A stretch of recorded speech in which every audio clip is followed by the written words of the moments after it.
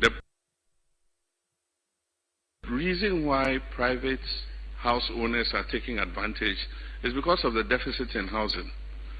And so we have the rent courts.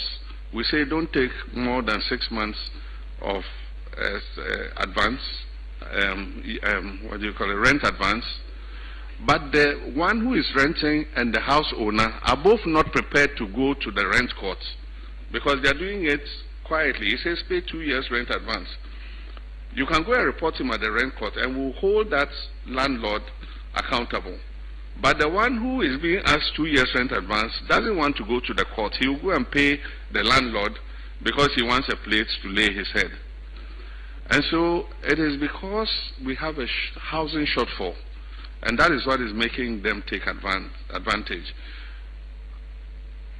Countries have instituted social housing policies that have been very successful.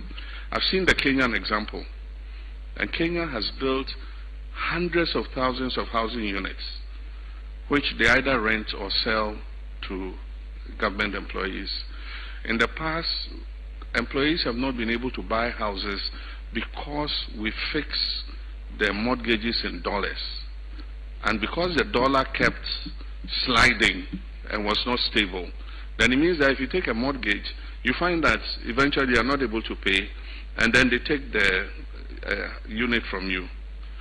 We just pray that we're able to keep the city stable. I've said that we don't want a strong city, we want a stable city.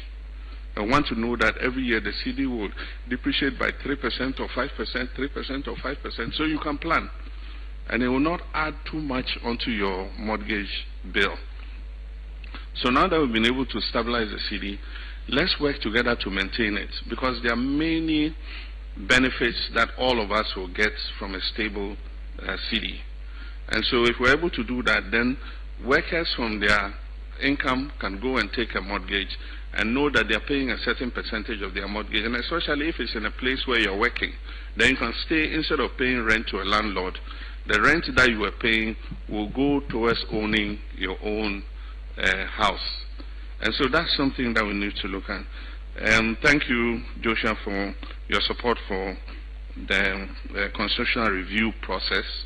It's going to be a very transparent process. We're soon going to announce the Constitutional Review Implementation Committee, and it is going to go through the processes for implementing the constitutional review. We believe that after being in operation for more than 30 years, our 1992 Constitution has served us very well, but we have over the years recognized the loopholes that we need to tighten. And so let us handle it together, not in a partisan manner, but knowing that that Constitution will serve us for another 30 years, into the future. And so it's something that we are happy to look at. Decentralization, we must deepen decentralization. And after I came back into office, even though the previous government had reduced the District Assembly's Common Fund from 7.5 to 5%, we have maintained it at 5%, but we have said that 80% of the money should go to the assemblies. In the past, they didn't get up to 50% of the monies. The remaining was spent at the center, at the District Assembly Common Funds, Administrator's Office. Procurements were made from there, and so we decided that every assembly needs dustbins. So we procure thousands of dustbins, and then we send, hey, here are your dustbins. Meanwhile, the assembly wants to invest their money in something else. So we're telling them that 80% of the money will be sent to you, 20% will be retained at the center for centralized spending, and the 80% you can have. And so if you go to the districts today, I mean, economic activity is much better than it used to be in the past.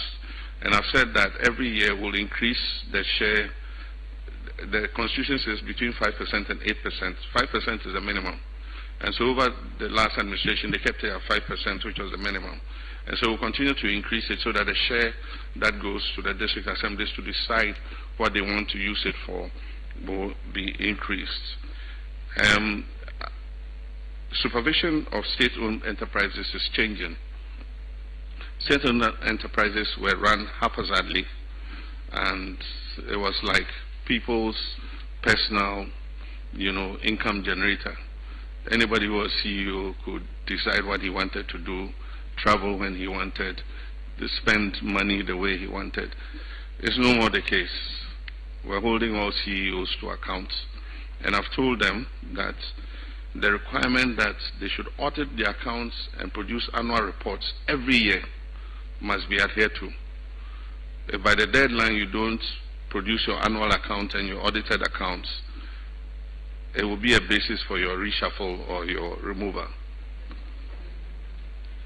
We need to bring order into our state-owned enterprises. Recently, I had to give an instruction to stop travel by boards. I mean, we have so many hotels and venues. You can rent nicely, go and sit. If you like, come and stay in the hotel and enjoy 2 days of, some nice air conditioning and things and hold your meeting. Why would the whole board move to a foreign country to hold board meeting? Or to travel for training? Bring the trainer here and come and train the board. And so recently I had to give an order because I noticed that, the board thing was being abused. And so we've asked that they cannot travel for such purposes. And if it is essential that they have to, then they must seek permission from the Chief of Staff. We need to rein in the SOEs.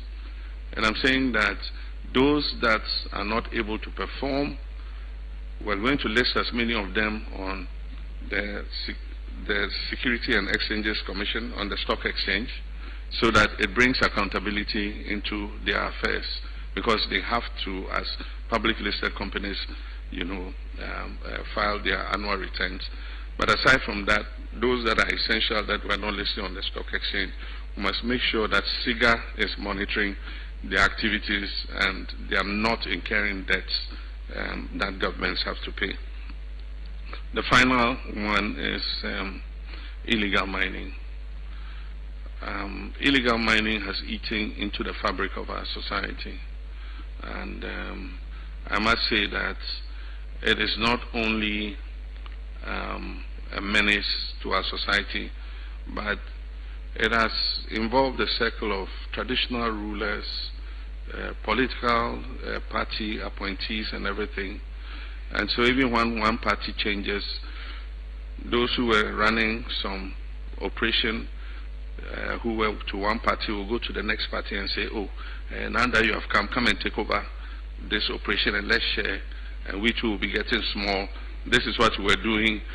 And so I don't kid myself that we don't have our own people involved. And the work of the NIMOS is not easy. They go to a community and the chiefs, the youth, and everybody come out and resist them. And so I didn't kid myself that we will be able to win that fight overnight. But we cannot relent. We must continue. And it doesn't help when we have crisis in the cocoa industry. The low price that was paid to cocoa farmers made some of them give up their farms for gold mining. And so we had hoped that with a stable cocoa price and farmers earning more, they'll find that keeping their cocoa farms is more important than selling it for gold mining. Unfortunately, the cocoa price has crashed, and we've tried to maintain the price higher than our neighboring countries. What we have to do is to make sure that there's no smuggling into our country, because then what it means is with our price we'll be subsidizing the Cote d'Ivoire farmers and other farmers. So we must make sure that we're not having cocoa smuggled in so that we are paying a higher price than they are paying.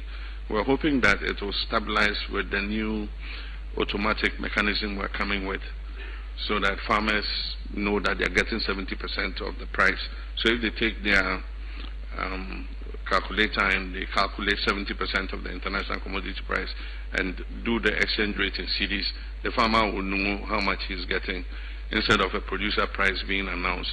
But like I was saying, we're going to put more effort into the Galamsey. One of the problems we have is we don't have patrol boats, especially on our waterways, for NIMOS to continue to patrol the waterways. So in many cases, you see them in local canoes. Some have outboard motors, sometimes they are paddling. I mean, Ankobra is 100 and something kilometers. If you enter a canoe, how much of Ankobra can you police? And so with the collaboration of the Finance Minister, the Ministry of Defense and Ministry of Interior Police came with some requirements that they need, for patrolling the water bodies, and then equipment they need to maintain. They need tents for the forest reserves. Once they've cleared the Galamsey operators, they need to have tents where they can camp the soldiers and have kitchens where they can cook their food and all that kind of thing. So we're working with the Minister of Finance to be able to maintain that. I've had to talk a bit long because it was a State of the Nation address. If I had to answer all the issues, I would have taken longer. But thank you very much, Comrade Joshua. Thank you. Thank you very much, Your Excellency, for those responses.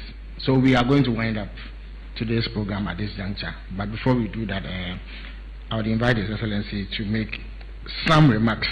Do I echegu or minum no yebomode do I echegu or minum no yebomode na yitibide ba mufie yadeba 979 FM ana afa TV SYZ e wo Facebook ubomode na wo hwe dwumadi bi na wo de wadwen kire to ase a yense ye beje brane akenkan de ama no wo nsapa ye ne woni edi dwumadi abom ye nyina ya to adwen akire adwen na o man ya fa ne ntema pa bi de efra na emum ukopie mu YouTube ye XYZ broadcasted na afi wabomode ahwe bi na ho so de wadwen kire to na ye nyina ya bomode apia o mine na timi afa ne ntema pa bi e de efra Mr. Kevin Asante ene producer e wo dwumadi so afi ukọ MCR Mr. Rab Jampo, Mr. Peter Cranton, Mr. Eye Imano Kusi, Anna Eye Abbas, Womo, Anno Mabomodin, Ashishe, Utibi, Nani Akamau, Kama, said the Bay Jumedi, also let me actually be now when Yaji Lizzie, and actually makeup, no camera, no Kofia Sanse, Anna Fe Francis, in the Wodemwa, ne, Womobomodin, so Mitra Jumedi, so Eddie Asumo, Kama,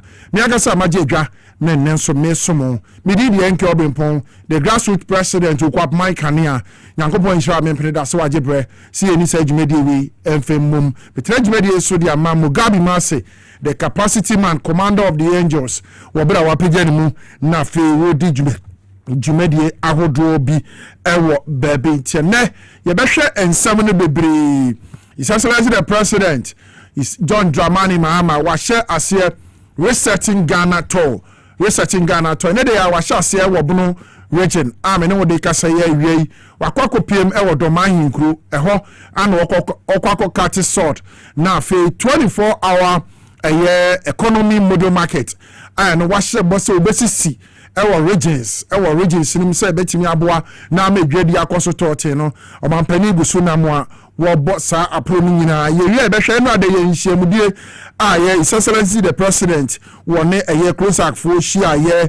ne etimi PF maba de omampani kan the finance minister Dr. Kasia Atuba Forcing kan ye na fe minority for sabre womo so mate omo ho agu monten so womo ko efuomu koko mfuomu na womo koka nsema hodo de kire om esan koko ni price a sabre abafom ntino ye behwe sansem nyina ne ye de ho nkomo yenda ne ye ho mba sesi a ye ba sansem we nyina ye de ne dodo no eba besomo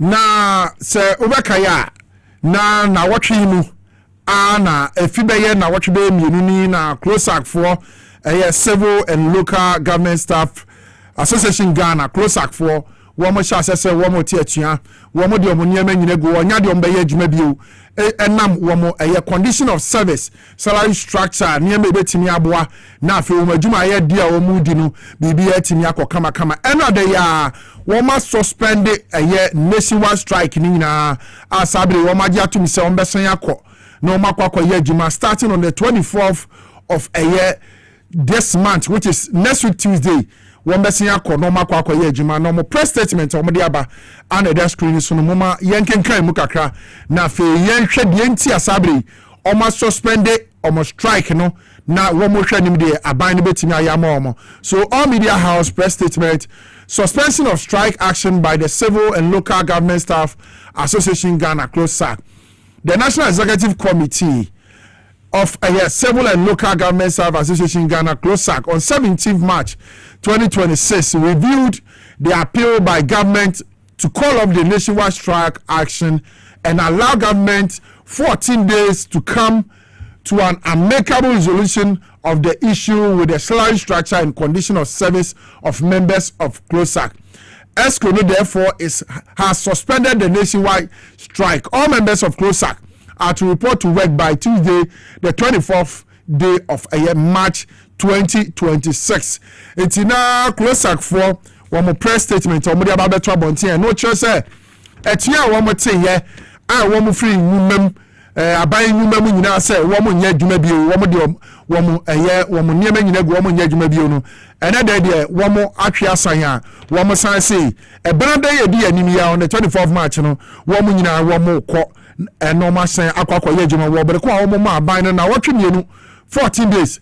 Sa woman someone ne how mo gina so e de course strike we won hwe mo maybe a condition of service and salary structure said the beya bibia betimi akọ 13 na odi amom.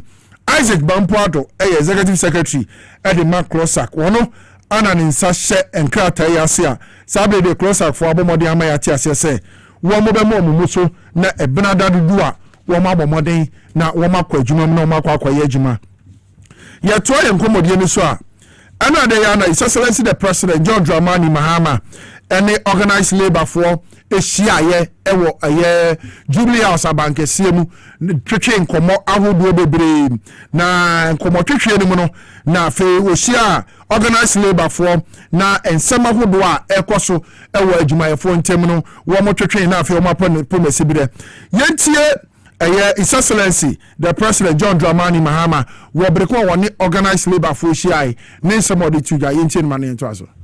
My comrades and friends, our pension system stands at a critical crossroads. Nearly 2 decades after the introduction of the 3-tier pension system, coverage remains limited. Out of an estimated 10 million workers, fewer than 2 million are contributing regularly. Pension assets stand at approximately 100 billion Ghana cedis, representing only about 7% of GDP. And I'm afraid to say this is well below continental benchmarks comparative with other African countries. If we fail to act, the imbalance between contributors and retirees will continue to deepen, threatening the system's sustainability and the dignity of our future retirees. I've therefore instructed the Minister of Finance to oversee a thorough review of our pension structure with the aim of expanding coverage, especially to the informal sector, modernizing our contribution systems, and strengthening governance and investment management. Our goal is clear. Every Ghanaian worker must retire with dignity, with security and confidence in the pension system. At that stage, the Commission would be elevated into a fully fledged constitutional authority that will be responsible for determining the emoluments of all public officers holders, from the President to the least paid watchman. Sorry, we don't have watchmen anymore. Security officers, distinguished leaders of labor. As we undertake this transition, the government must act with prudence and responsibility. For this reason, 2026 will not be a year for full renegotiation of conditions of service across the public sector. Instead, the government will carry out targeted, modest adjustments to specific allowances as an interim measure. This approach is necessary to maintain macroeconomic stability, manage expectations responsibly, and create the space needed to build a credible and sustainable national emoluments framework. Let me be clear, this is not a withdrawal from engagement with labor.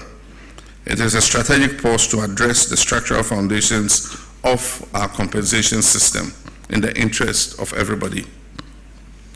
In preparation for the new framework, the Independent Emoluments Commission will develop a comprehensive national emoluments policy. The policy will address 1, pay disparities, harmonize allowances, strengthen performance-based compensation, align public sector pay with Ghana's long-term development and fiscal priorities. Ultimately, we seek a system in which rewards are aligned with productivity, fairness, and national development goals. Illegal mining has eaten into the fabric of our society. And I must say that it is not only a menace to our society, but it has involved a circle of traditional rulers, political party appointees and everything. And so even when one party changes, those who were running some operation who were to one party will go to the next party and say, oh, now that you have come and take over this operation and let's share, and we too will be getting small. This is what we're doing. And so I don't kid myself that we don't have our own people involved.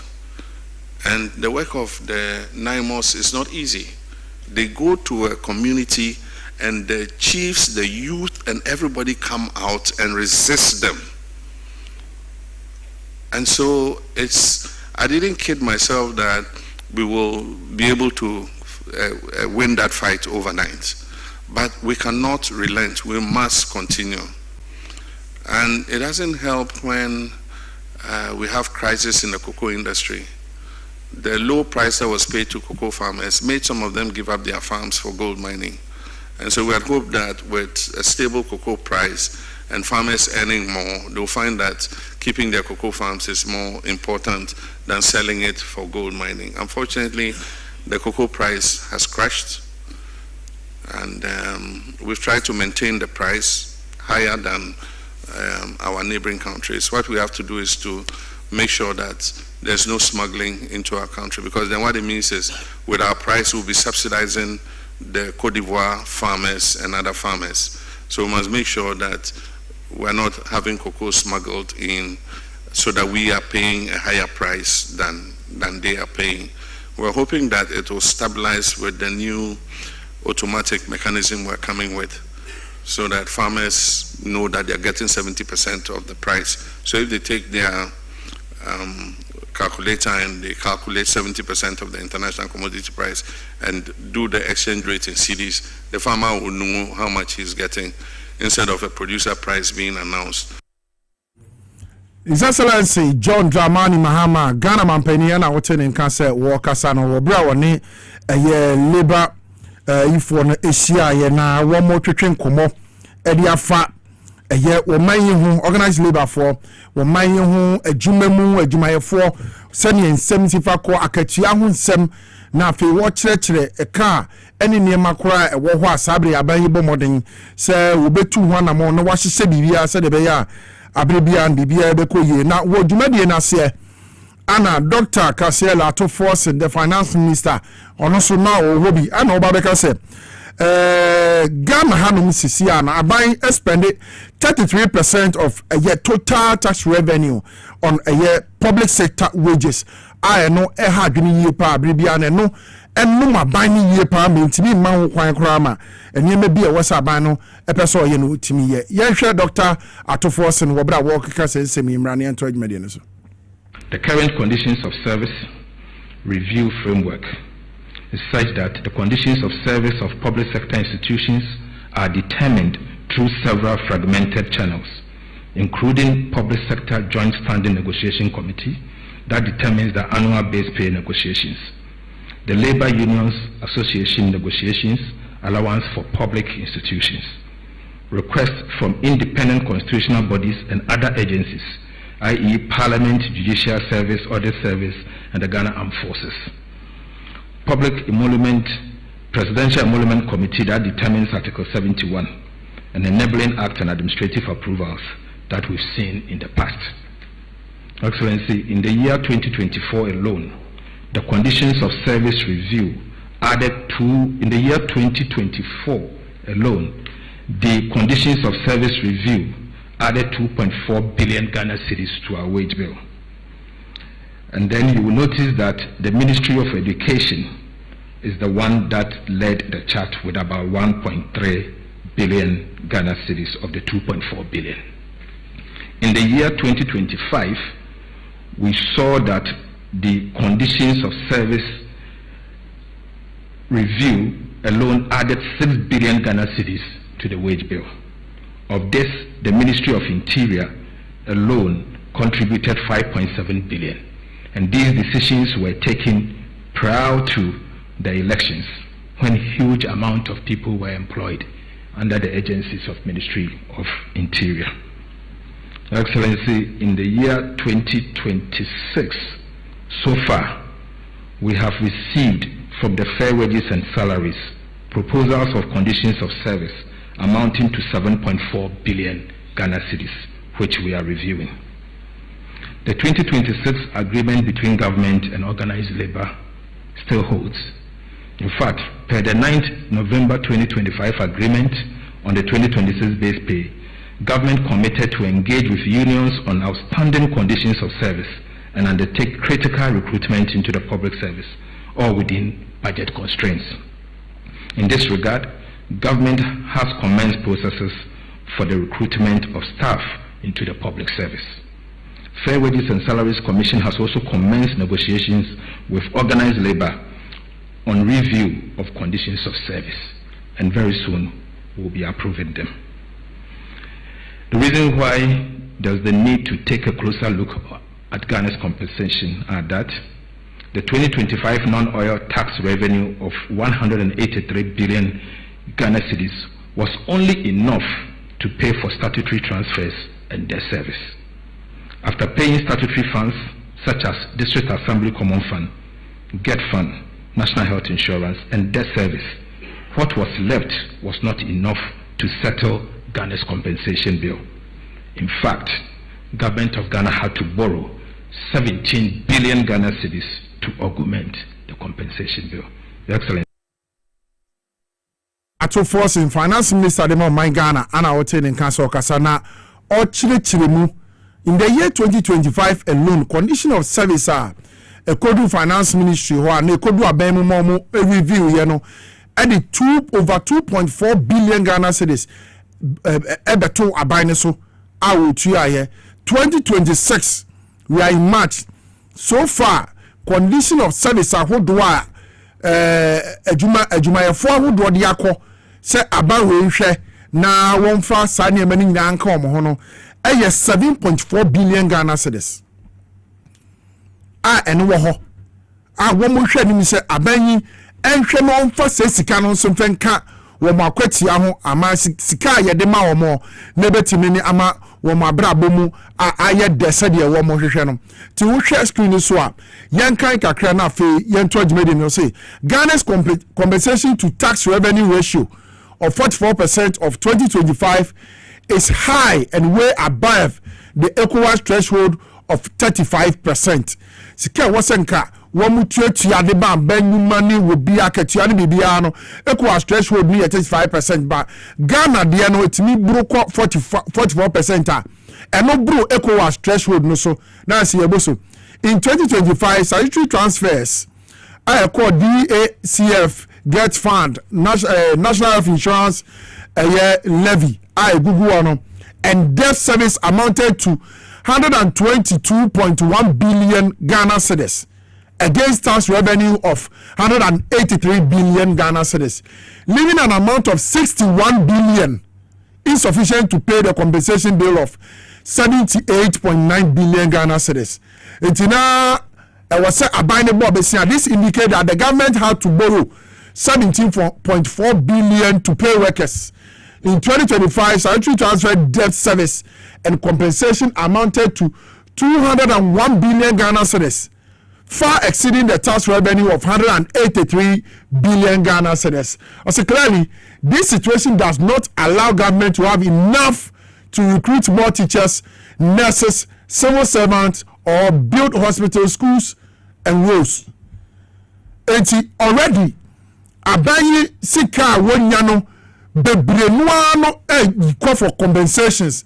Abayi edwumayefo akatua. Eti yanhwe yewo ye friend saying a graph where person yenfenchire mo na mohwe compensation crowds out all others. Na fe yanhwe ekwanya abayi no sika no wonya no wo fa so chiche mu defa.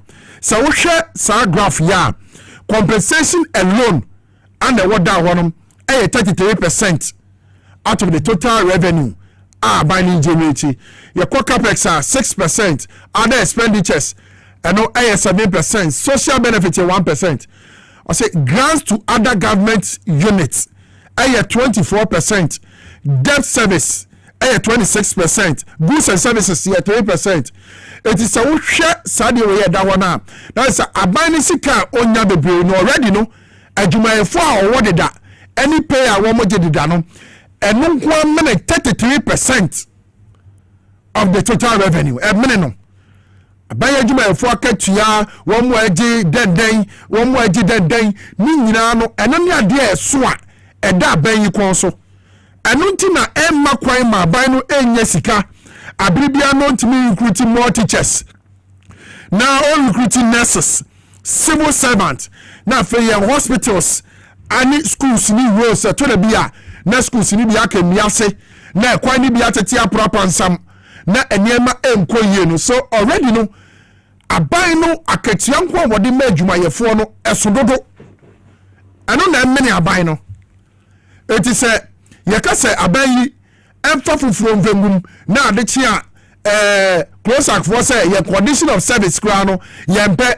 aban ni hwe ene salary structure one first can be nkeka ho mayen said the 2024 the finance minister yakase condition of service review nko omoye no ade 2.4 billion to omine ka ho what's aban ni mene now 2026 condition of service omo receive ya omo ba review na se ekosa de omo hwehwe de pepepa ananti ase ba mu a omo ba gi atum na no so sensika na ba beka aban headache ho no 7.4 billion Ghana cedis ananti ana oba mu se ya fa ni pacho wo hwe around 2018 if mekaipa immigration service alone to around 2018 immigration service alone nipa 84,000 and they apply ukrumwa but 500 per MPP abani to be fire in 2018 one more year sadi from 2018 19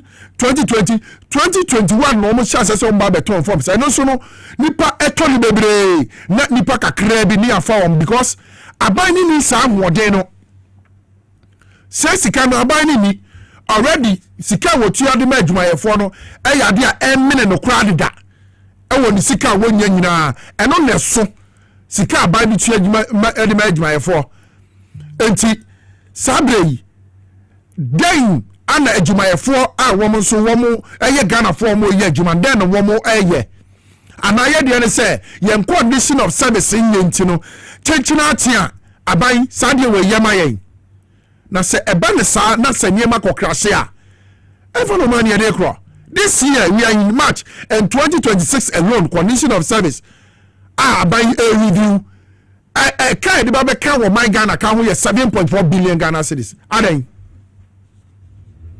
aden last year 2.4 billion Ghana cedis this year 7.4 until next year 2027 ahin yebenya na no babua ti abiribia na yen ni empuntu e wose yenya o man mu no na ekachi abiribia na ekachi se den na yebeye asane ma wanyira yebetime nya ne pomasibre e wose aban no ana munini omudi nkoma a ti se de close up for matwe asan mo twe aban no muni aban na di nkomo na se ye beboa ye nyina na nkura nkoye se o ye nko a ye interest ntino Yet so man yes ade we am ya nipa ewu kura said you do baby nurses gya adwuma kwotena vie say condition of service am my it is obi anya accident e wo Kintampo obi anya accident won sawam obi anya accident e wo kwan so ne de ni wura hospital ye de bedu no nurse ni bi ani ho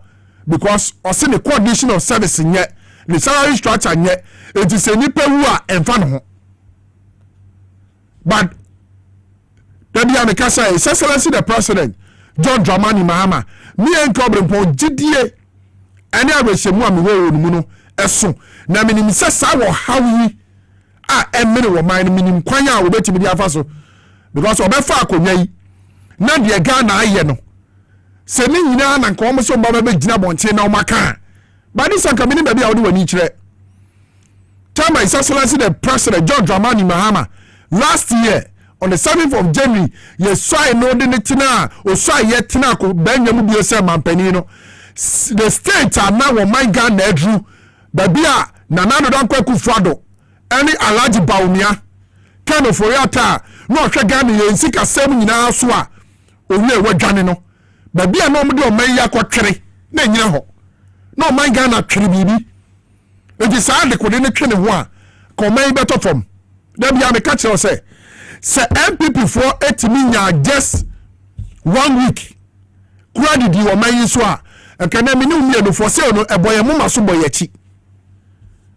And Kagana will be a for sale. Some people baumia. Ebe ye mampani ama napo. Ebe ye na bedi a chile wa mine wa 2024. A car na mene wa my Ghana to the sense na nyadia.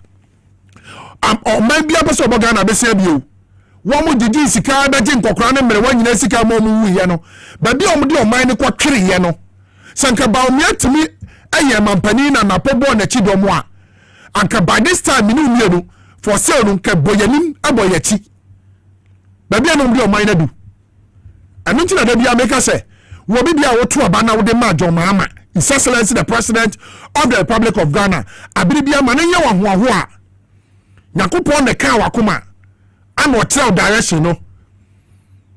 Adwuma ye akonya ye nya e dia be mpanifo bi da bia me kase me betema hanu mo a eye nsem ne bi wo a mintimi meka mi dabi because you can't say them the MPP for aye no you can't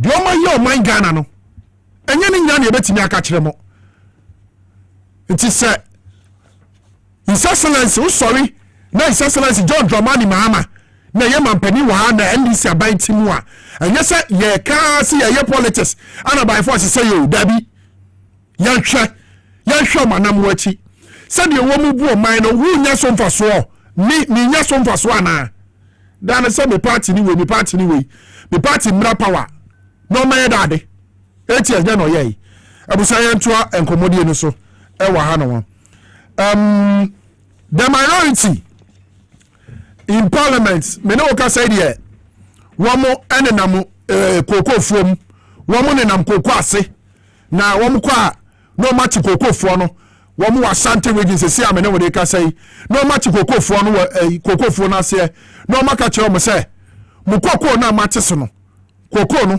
a ya teso no His Excellency the President John Dramani Mahama na yesa na wateso wo de amani nia Ibrahim Mahama ana de akwakoto private jet etimu koko akuafo His Excellency the President wo asisimu yentwe video ni mra wo bra san komodie koso ye ba ejabeto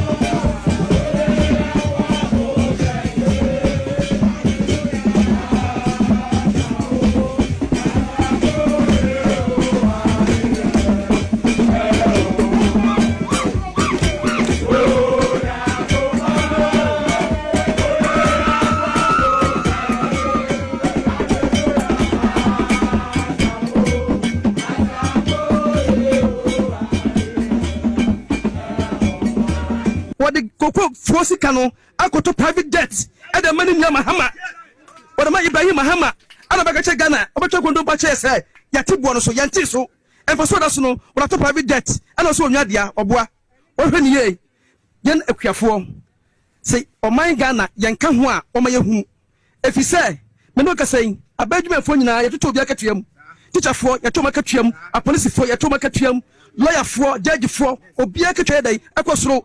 Na yen akwafon kwa de yen akwafon kwa de ye de kwa de was where they what is so boni ba ne aye no ni anwamo ni sa kasa no ya de ye me ya pa na se mutimi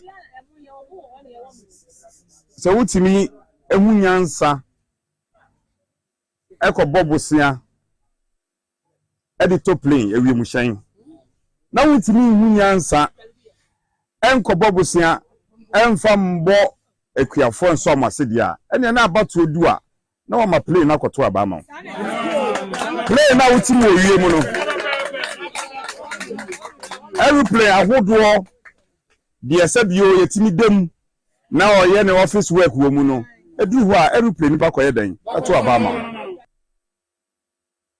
So the minority chief whip and member of parliament for the people of Nsauma Dojiri, Frank Anodompre, honorable. And I would say in Kano. Obi se mi honorable ni free or that's your MP. Point be of us who we need be our win. But see a member of parliament, na sebejani onwonyamni a wako school we do etire. Frank Anodompre. Wako suku edu akire enei se enye wobi na betire akura no a se wo fa phone na se wo se wo hwe world market price koko buwa wo behu no muntie de enti a bomu a ewo no mu a bomu mo koko fo na ewo mu kuro mu a MPP fo akoto wo mo no de enti a wo mo no min 40 on bebre because ye wo mrase bedwani. The minority chief whip, Frank Anodompre, I want no yam na sebedwania, and yama echoes will yasing now onim. Onim na krana, at least this cocoa issue, and some woman na Frank Anodompre. Now, well, lady MPP 4, and your man with cocoa for mu. I want no quack say. Yababa catch him say, Mukoko ni artisan, President John Mahama, no, the Sikana Manebra, and no, the Akoto private jet. I am 70 I am a weird dumame. Now, cannot play a year make can so much rough. Now, minimum the entire who crank us out to swim Rasha Jam, I don't play. Minimum ya wo ye ho. Say, Tia Busu Tim Rasha Jam. I am this for the jaw, what don't pray. Kwaya ufa so wudi yini wo Nsauma Dojiri. I am this for the jaw, and I'm doing what tell. Eti, Sabre, the Obetimi and your Popia. World market price, cocoa. 1 bag, I say. 1 metric ton of cocoa. So, see, I'm going to say, Wabra, MDC for, and now, His Excellency the President, John Dramani Mahama. What did the new cocoa price neighbor? Now a metric ton of cocoa world market $4,200. So see how many what they can say, I say I drop it. $4,200 no, and on a mampanisha ho, and the mark cocoa for 2,587 Ghana cedis per 1 bag price. Now, side time now buying cocoa ni bianwa 1 bag be buying ya 300 Ghana cedis per home. And then some price no cross from or my panika san what say now so politics are yeah sako ko nsemi abanyi kwenti me many mu meka e bio say koko no world market asia ba from ntime kwa kwoti so already baby na e 4,200 I am a graph for 2,287 no MPP for say enye one see under them 2024 now you took cocoa 1 bag world market almost 9,600 9,700 now MPP Lima cocoa creating 3,100 2024 1 bag of cocoa biano now MPP for now 6,500 and first one 1 bag of cocoa no more difficult na what cocoa no and then baby ye to ye ngoko na ye de ko no moton world market won na price na drop ya ba from ato from as a time wa aban emam 2587 no na koko no bag no 2887 aban na mam almost 90% of the FOB price.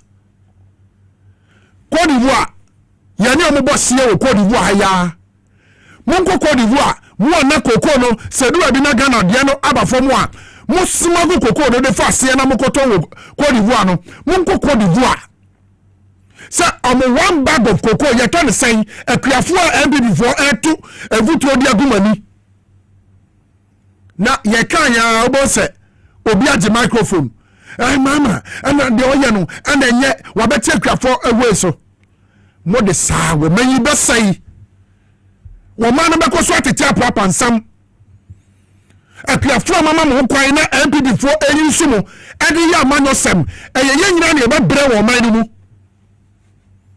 yenya na ebebre yenya Ghana fo na ebebre so yesi ya ma ho kwan na omampani papa de owo Ghana de na komamu wadwere wo man Ghana ho na eniema pa wo sese se mo ho betomo koko scholarship a wo mo yi free wo kra it's coming back for cocoa farmers na mo matimi dia cocoa school abeye yie MPP yi free wo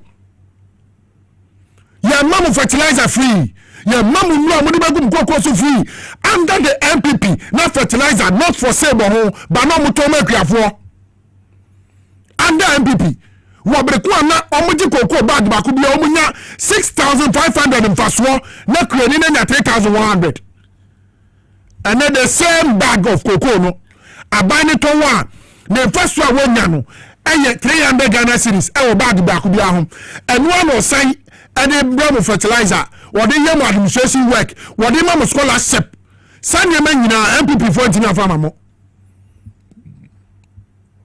and the cocoa creani a man of 70 sir yenya will be a sabi wako school name one agreement bone ayan agreement ma at a frank another bre I want more Ghana for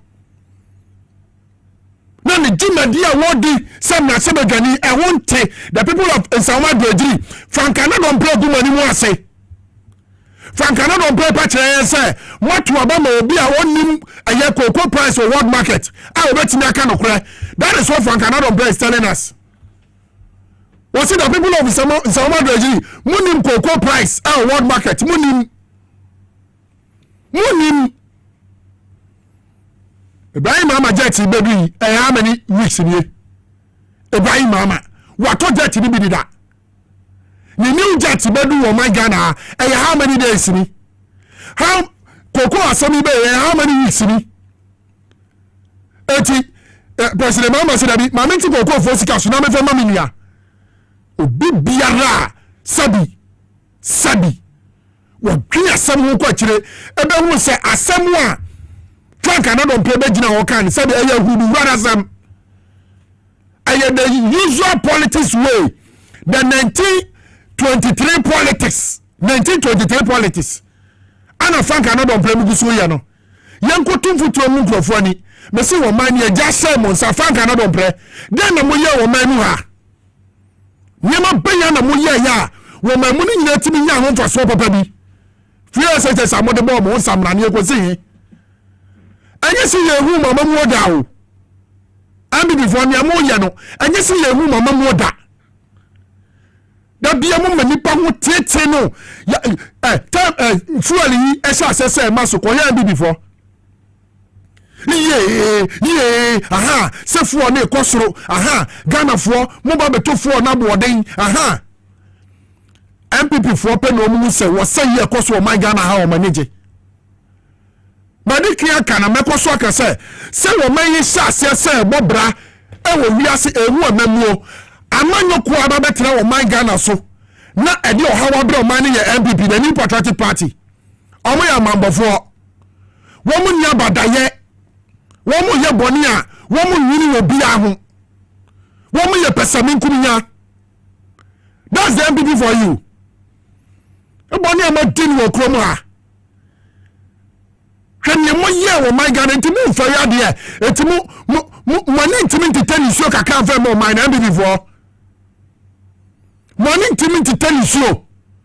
More cocoa sector before mobile free war, not syndicated loan a yard, a buy to me quaje.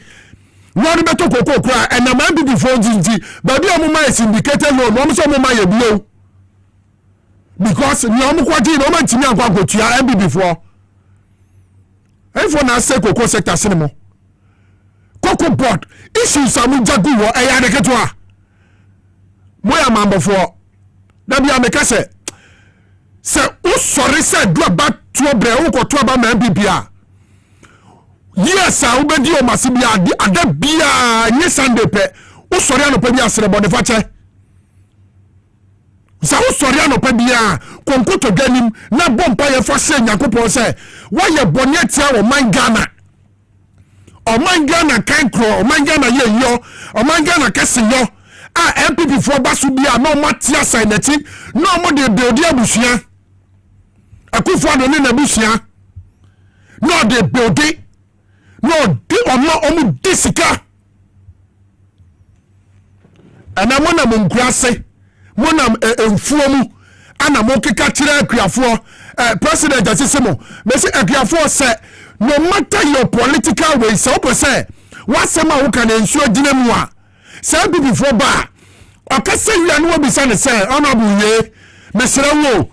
Koko Mr. say bottle back on the boy saying I will come so. Beside no you are no. Say oh you are no ye. Now okay price president name on then he can talk. But one honorable. What is so you nyamni? What is so Frank I don't pray. Baby she didn't or no, she didn't tell me because the papa me are not on breathing ma. Sir, I'm a boy somewhere and not your bay. Sir, the papa me, I will Frank are not on breathing ma. Sandy papa the same way. Sir, Bonnie, I am friendly on my way, and yet they are not on play. And go back to Sana my way that. Now, I'll call see a bonyaman. And what is sir? So as a Obama Kenyan Sasam, and ya take Coco for. You can yes, Sabaku in Frank another bread. You said the papa in the woman or Kikemu. Because another bracket trying say, President Mahama at your only Coco Sika so, and your man Ninia, Ibrahim Mahama, and Quaco jet. Now them, and you call yourself a member of parliament. Who from the cemetery?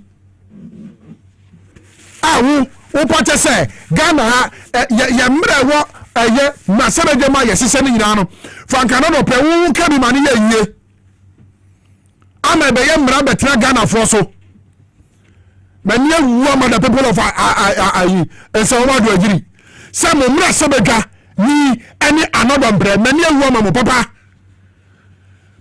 ya wo jira wo bibia ni timi and some workers say obekasa sabi abofra ya wo ne ne because of politics. Okay. Yan to so na fe yan hwe another ya se wo kokusu I know what Ashanti regional Frank another don minority one mo diri say abawe one hwe na koko nsensem na ekoso no one mo modern na on solving from akuafo no na fe on support koko akuafo no yan hwe Frank another don na asema wakse aka na ne de ya ne to aso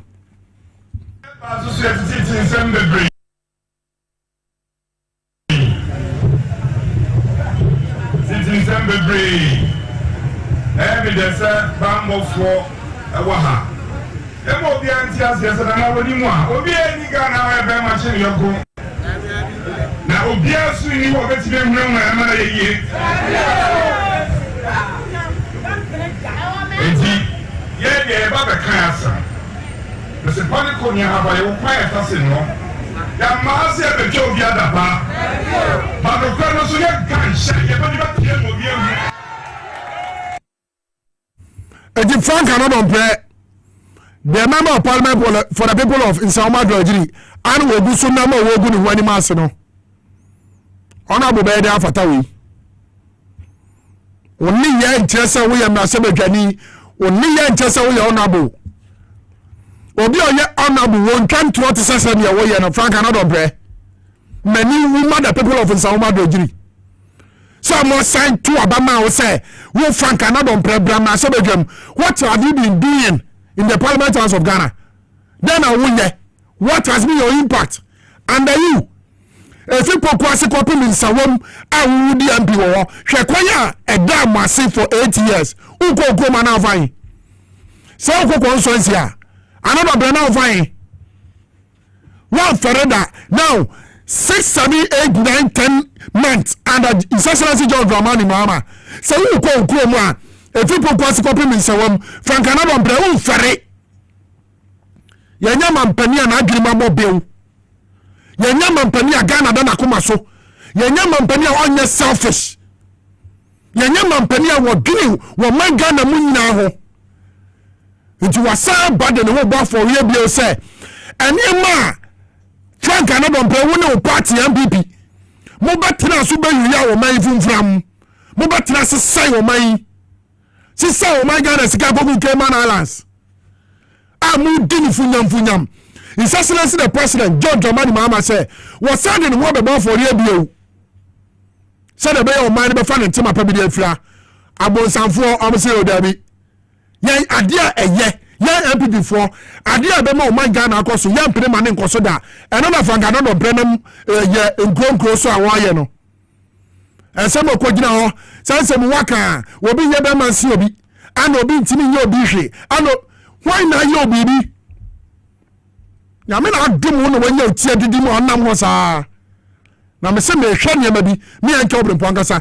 But me near to form because abaya mama tiasie empanifua eko yoko wo mo namasie ekoko other security agencies a yahwehwe mu nsem anye dan enkohe said the mra ne tie nti no mu yebedi mu asem ewo krom ha ambi before dabi amekase me nya tumi kitikiti bi sei sabi de beti na bibia ene ka je se minim de kan beti taye me minim de kan beti mi ayame yankohwe the deputy the former what do you call it, defense minister Dominic Nitiu yankohwe na se sika anka womode ko se abawe entua enfama omno munji anu su no mundi yankohwe Dominic Nitiu the former defense minister obeka kire say bat house any presidential jet na president committee bi anu highlight enti obega ni wo play enti omo parki presidential jet no na ye omo high private jet na president na nado ankacha kura no wonu wotre presidential jet mu a na ne nai pepim nkonya na nado one president mama one no wane wa a ne nai betima pim akonya yenhwe 122.8 billion duplicated claims under Dominic Nitiu uncovered. Move screen is sumame se wo ha na fe yenhwe de MPP fo a wo monam a wo mo ka se wo bi di obisika wo bi afo obisika no dwumadi a wo mu din wo man Ghana ha wo mo betena so wo so mu bu wo man Ghana ko no mo bo man no 122.8 billion sika yankai kakra now the yentroso go say the Ministry of Defense has been found to have submitted duplicated and re-recorded claims amounting to sum of 122.8 billion Ghana cedis to the Ministry of Finance for payment prior to the departure of former Defense Minister Dominic Nitiu, the new Patriotic Party member of Parliament for Bimbila in the northern region. The Mahama administration, which inherited liabilities from the Akufo-Addo era, would have settled the claims but for decision to conduct an audit.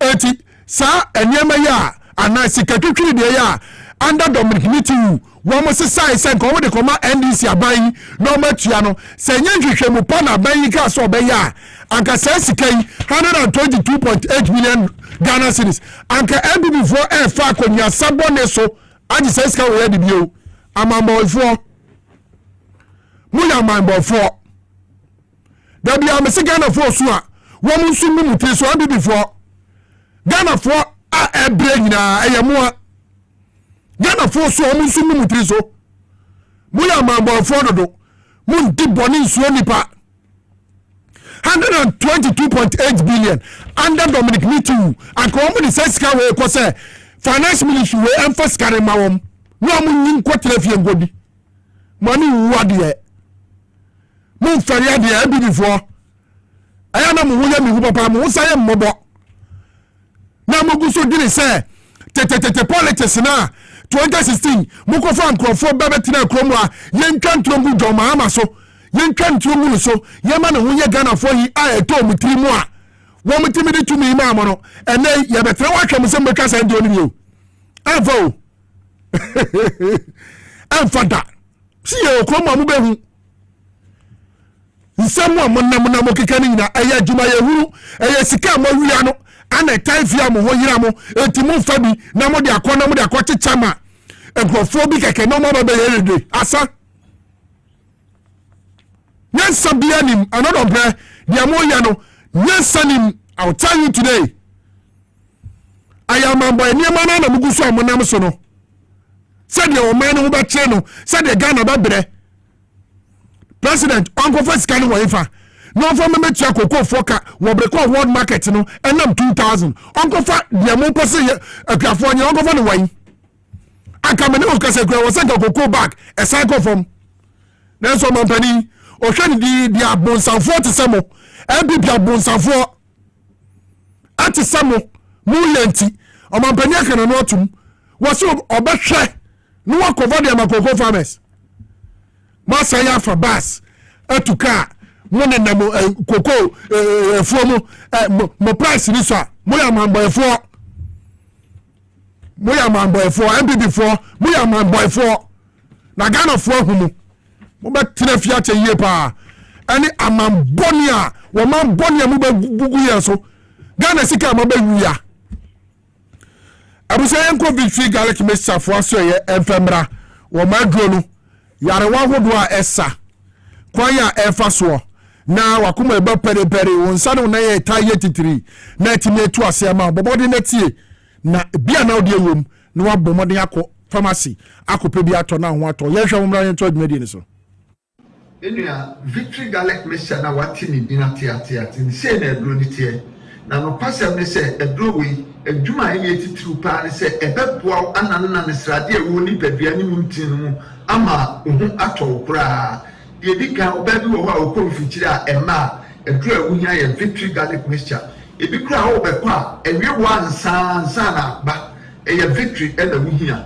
wunya victory no ma na busumi biara ubenya ofichiri akwa empa ho kura eno de achi a obi wo ho aniti na tedwa no obi wo ho ye adwuma kakra bia no abre na kuma bone pere ni nyina ye moja entimi mfa akoma no mu kwa adwen mu eno ne kofa sa ade ne ba odofo mesrew so wo na wonsabu taadwo endi a wonsa no sei ana wonamro mu na sifom no kra ebio ana ayatufo se de edi fom ato mpago mu a eya victory na me kan fama wo unum victory asa no na ye bobosoro nyina no enejai de oto ho anadwo a wontini na wunya victory emframa nyankopon de amaye se ya humi wo de wo humi a na wo tie so o bra eya victory na betimi aboa wo ye wo bi wo so a wo ana ne yamahye no a obia na ne ka obia nya ne hwe obi wo so na kuma bone pere ni nyina moja ni ntimi ni afisa ni ye wo ni pedua no edu awunya ya victory garlic mixture de watwa bra ya bia ya na se kokko bie ne nam no ye ne basa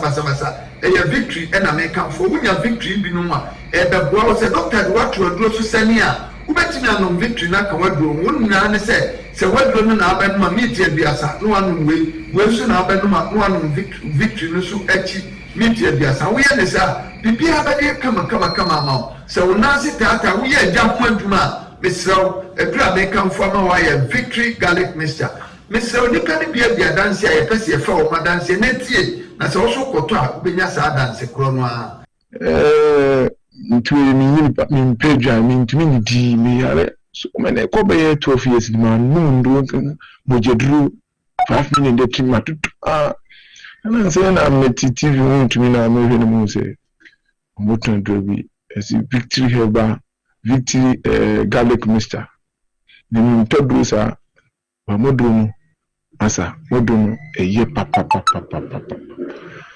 Ntumi ni diu ni dinsa no ni didi afi bi no se didi ya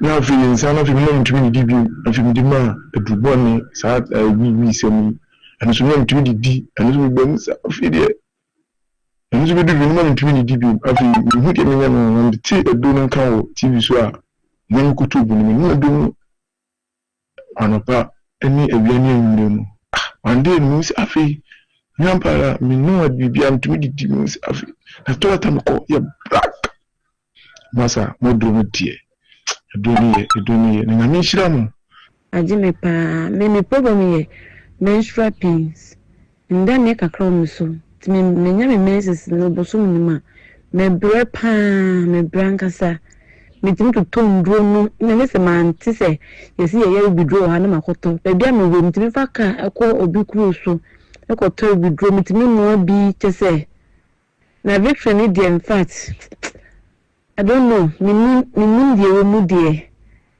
me koto bi me ti advert no TV so sada na me sorry anwunwe na me koto ye na dana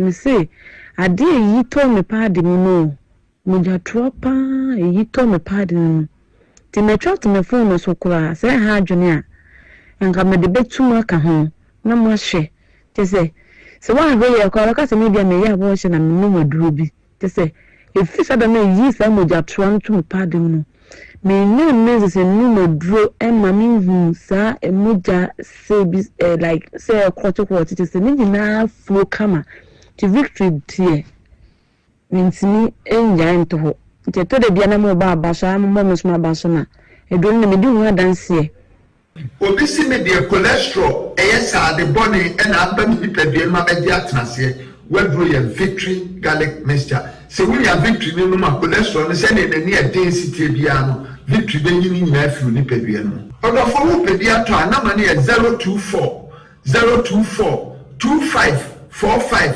633 024 2545 633 and 020 129 3280 020 129 3280 a victory mkunimdie ne de bremo.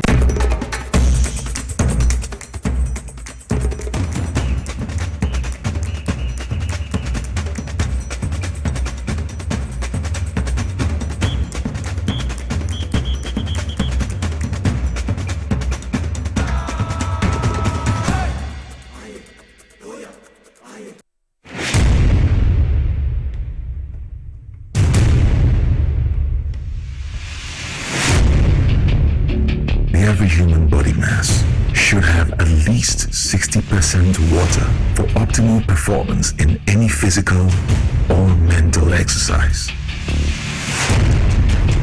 We can help you maintain it naturally.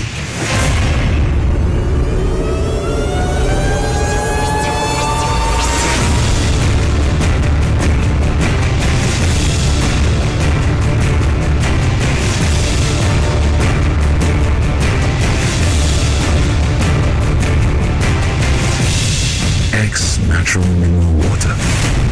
Simply natural. For bulk purchase, call 0596 273 546 or 0596 273 547. This advert is FDA approved.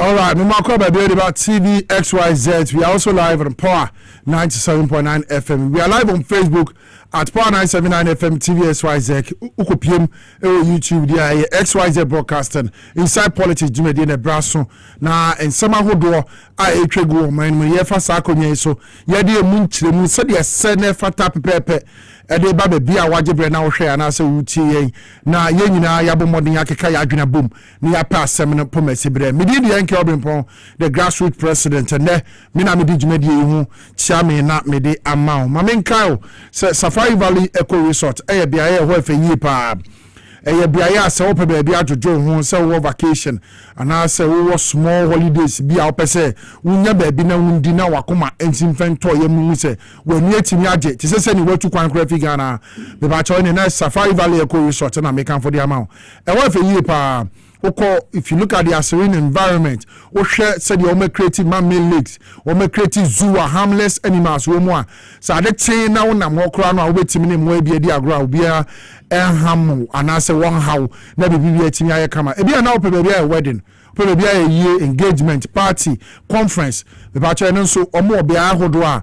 One more dema na fe wait me this edge me now ho fe I'm on ye team yaje hu ye pa. Ube mo me cha kwan ewo ekwapem eye edukrom anase ekwapem ewukugwa empatem ho down wa na wakoto Safari Valley Eco Resort ho fe ho e kama yi pa ewo Ghana ya azu wura wa wanya abaka se wakọ pia brochi memu baabi obomode na frɛ mo number yi so meje so na afi ehyehyɛ bia opese oni omoye na otimbedi dwumadi wo ho no watimi ni omadi hu nkomo na bibia ye kama de ama fa number no wo bra me di tudwa na afi frɛ mo na ni omuni nkomo 0596 941 394 0596 941 394 0596 941 394 and I'll be visit your mom website www.safarivalleyresort.com www.safarivalleyresort.com na fi Safari Valley Eco Resort for also na hye bia wo pese woni omonye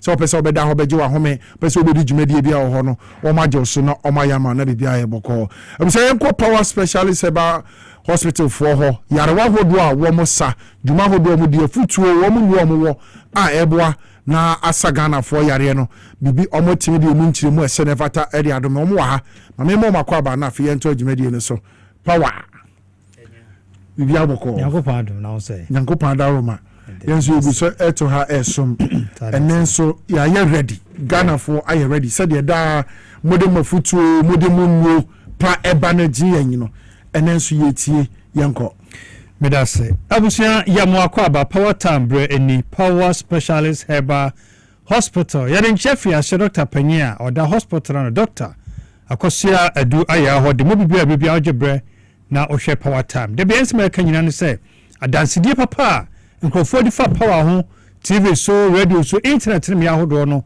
wonso be ka adansidie fo no bi se kra de ono wo mo enu mu bo ahye Togo ni Cote d'Ivoire ni ade ache de se bia so mu eba kro bo ma oba ni visa se na okuta obi a wodi ka ba ho card no de akere se nipa we ba ha ese de se ni ho atoro se de wa ye kama no ade nso so etu anama ya ba wana wo UK ni US so mo de shemba ji no de sandi omo ya lab ade results papa adansidie papa eba no enya asam ketwa ntimi so baby a obi a ni ade bia tete wo na wo de anantache wo bo ho ka bre obamro bu ayo so ya de no du ko wu misro baby a wo kwa benya yaresa baby a de mbefuru mojamo baby a ye manage ya de yeso so ya de so nyanya me adom ya sa ya de etu ase eye power specialist eba hospital eye power specialist eba hospital baby a meka say ye treat symptoms yes symptoms no keke na ye treat yes o ka say uti o ya pa ni atwero drama no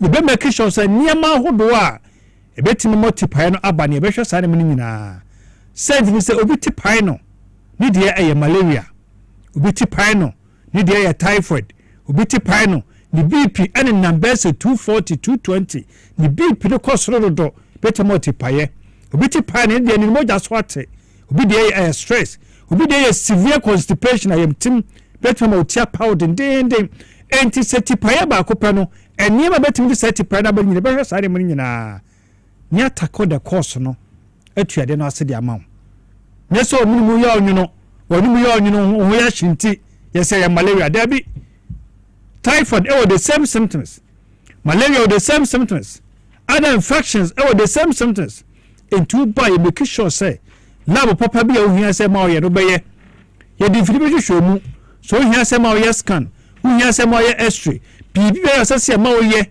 ni hu de ko so ni pedum na beye bo no so makoma bo say kim wo so me de na ho na gigi na agyan okuko ya wo ya de pie wachi wo home a ensiso obi home so obi de eye was severe cough wa bo wa sa che bo kro bo wa no yi ahora ne mogya de ewom enyema de sa asem to so ba na dawson ukwakoye extra bo hana na koma na ye kese bo hana ne lance ne nsuo ta na kokko enyema hudu bebre enti na wo ba yenya brehwe se symptoms na wo de aba no ayedie na de sa symptoms na ba all the time no ye tackle the course no esa ya de etu ase nyame adom ma doctor akoso do ehomanu a ye de sa ya de etu ase ti ya de bia titu bia no Mr. Fabra Power Specialist Herbal Hospital Kumase and Crime anase eye takrade number is 0555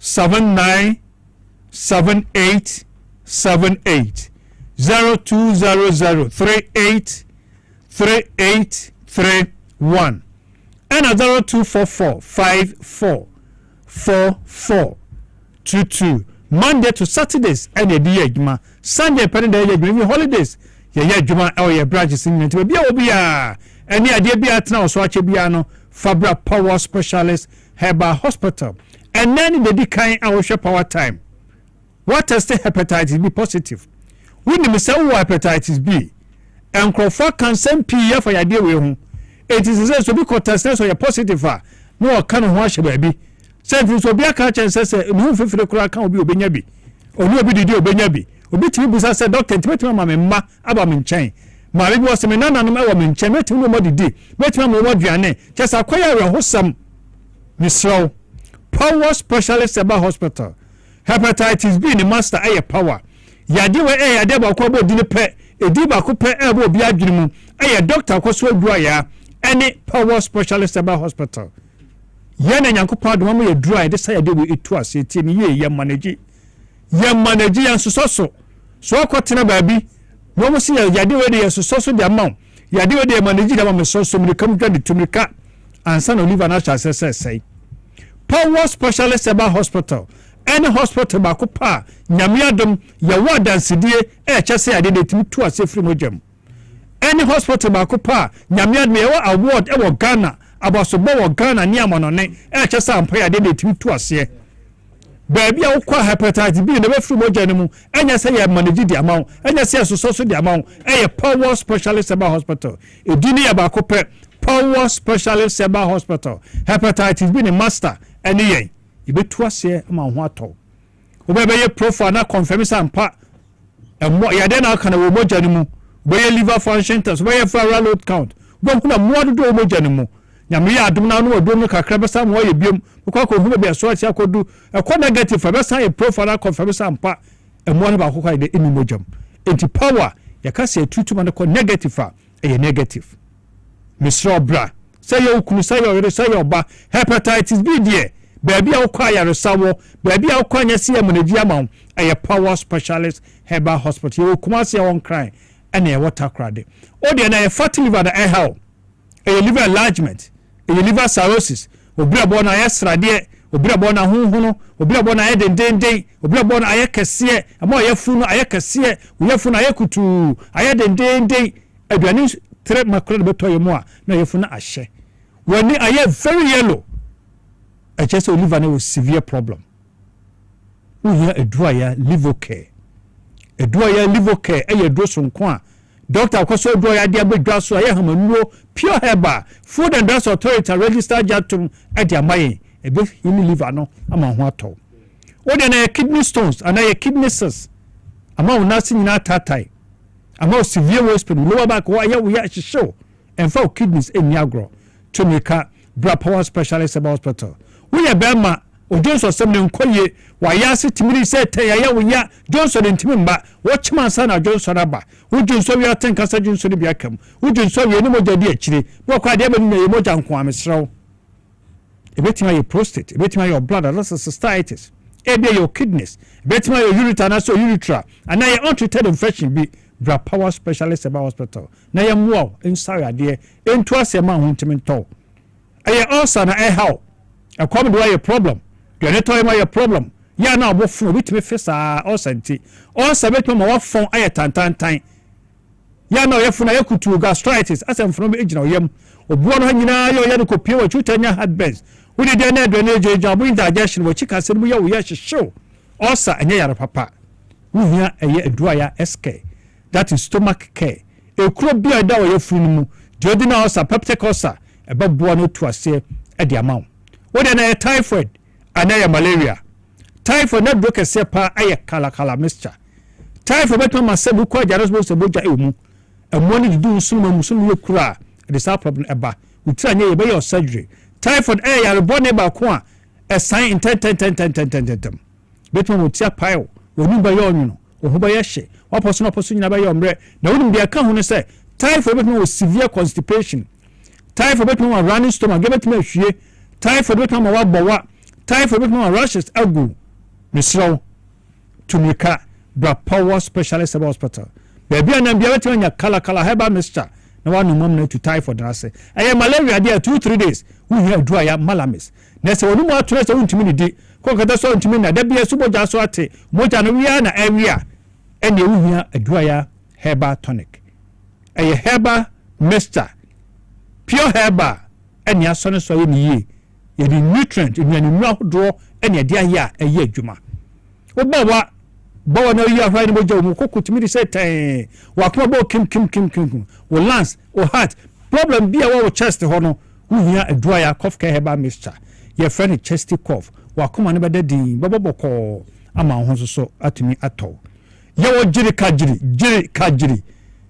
kajiri di dini no honam se ena da tv no so no na ma duro tata hwe ebe yintinimu nyina be ma wuntinimu be yinu nyina ma moja ne timi akotemu na bodwuma yiye Nanya hebatin heba mixture immune system booster ne de ka ho dia na tese ba bia wudi amaw edrowe esiesi immune system no e ma no bo ho ban kutia ya de ma ho to ebra covid ba ye na ye ka se heba fomfom nwumra e de kwa Obrempong Center for Scientific Research into Plant Medicine wo mu ya hwehwemu che se hebatin heba mixture no eniema e wo adoro emu no ebo ma immune system ne ye den ebo ho ban fi ade ahodo mu ye no ni nyina ba bia to heba do bia kwa benya bia to composure munum go ta fa se kanka wona wo desire de ho adanse ne doso ebe mu do ebe na ni nyina awarefo amopa wo ebi oba no fibroid ebi oba no ovarian cyst esina wo no kwan be wa de bi low sperm count ni nyina no ba be hwe ne ba bia ha no wo no ya solve ama power bibi senya no Ghana no mu so bi atimi asom so yedro heba ointment do ya ointment no eye adwuma pa waposo nyina yo ya adwumaden wo ya carpenter ni wo ya mason wo ye fitani wo koye adwuma ba pe wo mo tabi dware fa bi sraf twetwe oposo nyina utawa be da se tim de be kire na ho oden me so ya de bi eteto no fabra ya no ye dudu wa etitiriti unasi nyina ya tofo bi so bi tiafo ma se be tia de so e be yo massage ama tin mo bi blood circulation no be take place ama se etitiri nyina ajai oni su bru ko kete so ntumi na woni gusu se ya na ade ache de ndo onu kwa wontene de ya de bia ha sciatica na ha bone fracture de mpeni wo bupenya wo de fabra power specialist eba hospital ye wo kumasi ya won cry ene ye water kwa ya mo ya de no so no nchese enye ho adwuma wo de fabra nyame adom ayaresa ho kumasi wo feyase ye ni Jasbo Filling Station di nhwene mu wo aputoja kontra so kwan ne so Lake Road ene ye wo akra wo kwa benya ACB kwan so ne block factory no edi enhwene na feta krade wo Anaje Estate Customs Road any single washing bin no edi nhwene mu Friday 0555 797878 0200 383831 and 0244544422 Monday to Saturdays and the day my Sunday penny day maybe holidays yeah juma all your branches in I don't say baby algebra na ohwe power time nyame yad mother sene sabe yanso e dia pomde ho samono ebebro power time na wati omo nkan enupa a omo wo kwan a betimi afaso na wapomden etimi agina brane na abrebi a wanya hoden dia kwa adwuma ba ana omo de se nui ne ho dwuma edi ne bibia ya atodwa no nti bo mo de wodi o mu a tumi kana kopebi na ebeboa wa edupa ebeboa wa pomden ye pa me sam akwa bi re ba TVSYZ. We are also live on Power 97.9 FM. We are live on Facebook at Power 979 FM TV XYZ YouTube XYZ broadcasting na fe wabo modern ahwe dwumadi anase watie bi na ade waje nkyira ba ye begebre na fe ya kenkan ede amawo na bibibi atimi aye kama ye to dwumadi ni so ede amawo ni mu meka o se ex natural mineral water yinsu a ye kroje ne niane nu aye mu ma nwo bi e wo se wo nsuom na etimi ma nipadua no enya hoden yie pa no ex natural mineral water aye ne ma ti wo ye wedding wo ye party o ye dwumadie bia bepacho na wo hie nsu a de be serve a e nsu akope ne nka otiri me ye ex natural mineral water because e nsu a e ye kroje na wonomu a ebo nipadua ne yie pa ubenya bi e o melcom anase minimart bi e ben wo na emu open dodo atu na wonso akwakoton agye ho mfa so agubo tomri a frɛ number si on bejo so no mama obi atu na wonso akwakoton agye ho mfa so 059 627 3546 059 627 3546 and 059 627 3547 059 627 3547 ex natural mineral water or say yes simply natural na fe wajibi na oni abusuan ni nyina mwa yusu abusuan ye dane ye ho aba ye ba pe ye ba be di nkomo aka nyina ewo fidie mu ene listo na nakosi poku wono eye Executive Director, Edema Good Governance Advocacy Group Ghana GAG. About the kind of video, and I feel Kasim Isa, a national communication team member, the NDC Amanyo Kuono, Wamo, Annie, and Babidin Komona Fee, and some who do a trade will mean Chimusa, the Senefata, on sweating in your want to say, Daniel Waba, near the Jumedian to us, so train Menkovia.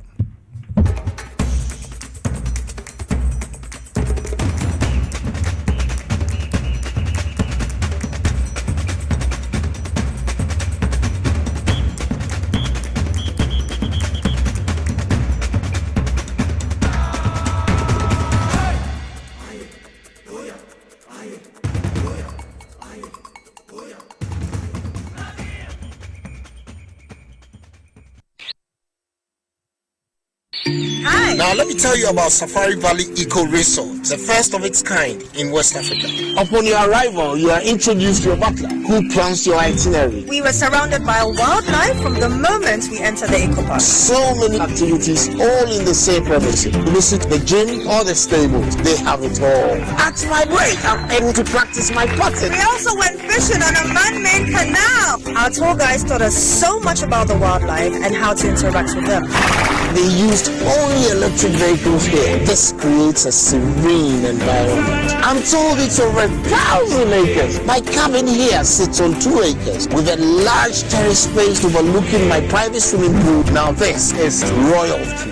They have their own farms, thousands of fruit trees. I can also have my lunch here at the waterfall. Quite a beautiful place you have here. Visit Safari Valley Eco Resort in Ghana, bringing you closer to nature.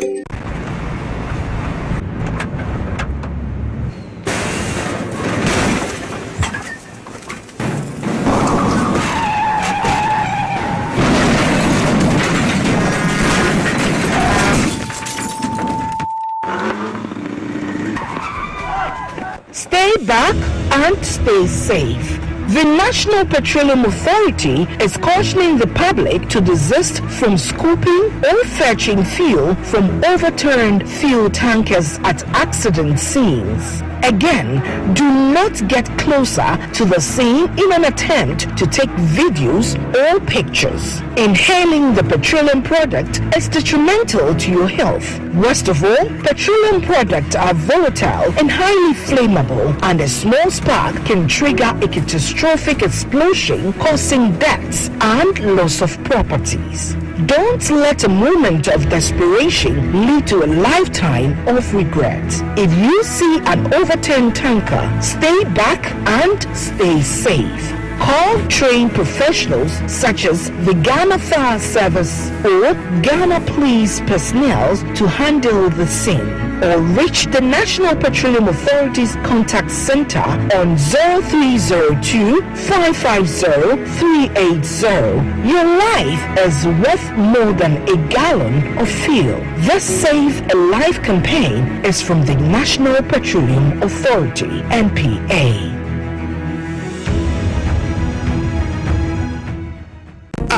Ade na ya obayi a oda forma so ne yafunu emunumuni. Oh, Mr. Entry, also yare ya titi be benfie pi nanso ne yam nyono da. Se me chiro no ahodo amato a me hunu hwe a ebe ya nwanwa. Menyi ni se what ulcer tamfo Hexa capsules any Hexa mixture yanum bom kotia ulcer no bia ma no anom. Anka ne ho ato no dadaada. Ulcer dro de eno ne Hexa capsules any Hexa mixture. Ankom ni nchiremu. Ulcer ye kura eto ye funu ene ensunu mu. Etuma wo ye funu ekeka wa. Wo je ho a enyi. Ulcer etumi ema wo ye cheko ebra wadidi awie. So how eye ulcer de a kope Hexa capsules any Hexa mixture nanum bom na ho abeto. Pedudu etu a ko Okanshi Drug Lane Kumasi Dani Herbal Takradi AA Mensa Anafre 02038228855 Apefo abatan ya wama won mofrolofo ene mofra woni mfedum yeno enka ho Hexa capsules ene ne mixture ulcer tamfo edie age edwadie nkrato yi atom.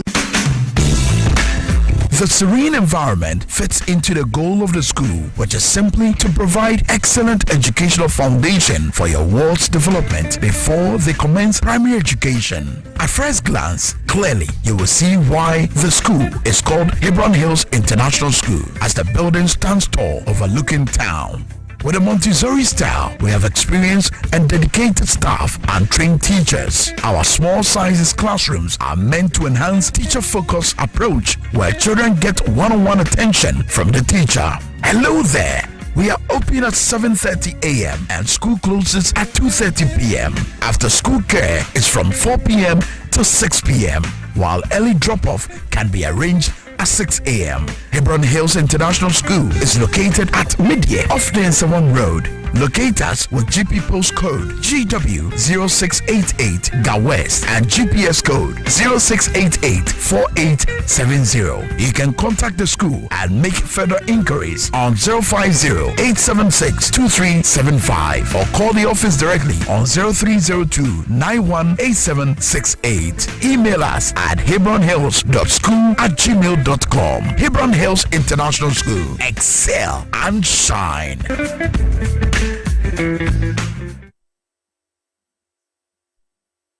When nations rise, it begins with bold conversations. When economies grow, it is driven by partnership.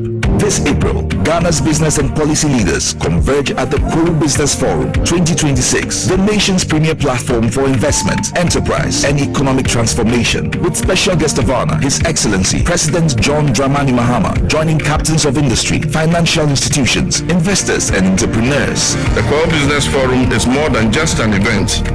It is a call to action. And so let us work together to build a Ghana that is competitive, productive, and inclusive, and a Ghana that creates opportunities for all. Come, let's engage in high-level dialogue, explore industry exhibitions, build powerful networks, and unlock real opportunities from finance and insurance to manufacturing, agribusiness, SMEs, and innovation. This is where it all happens. From the 3rd to the 5th of April 2026 at the Kuru Convention Center in Praeso Hills. Go to www.kurubusinessforum.com and register now. To register for exhibitions, call 059-555-5885 or 059-555-5995. Kuru Business Forum. Connect, promote, grow.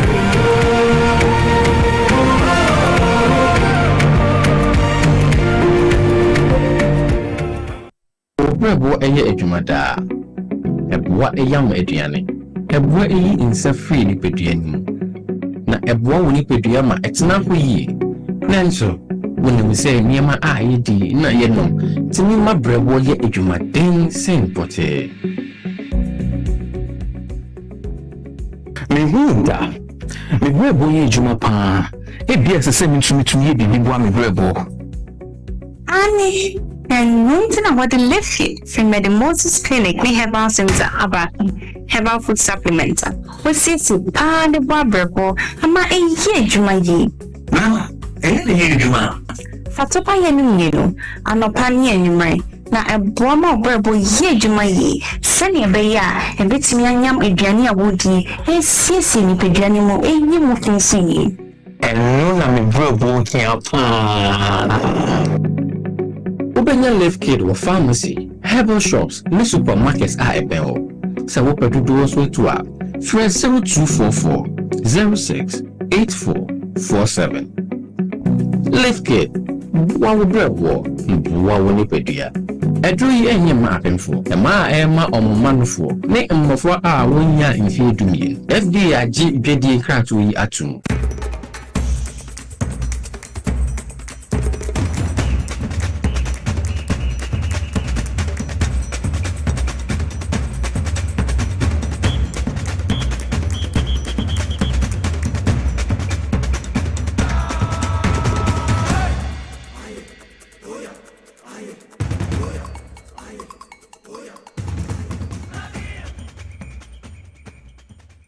I was here, Mr. Walker, baby.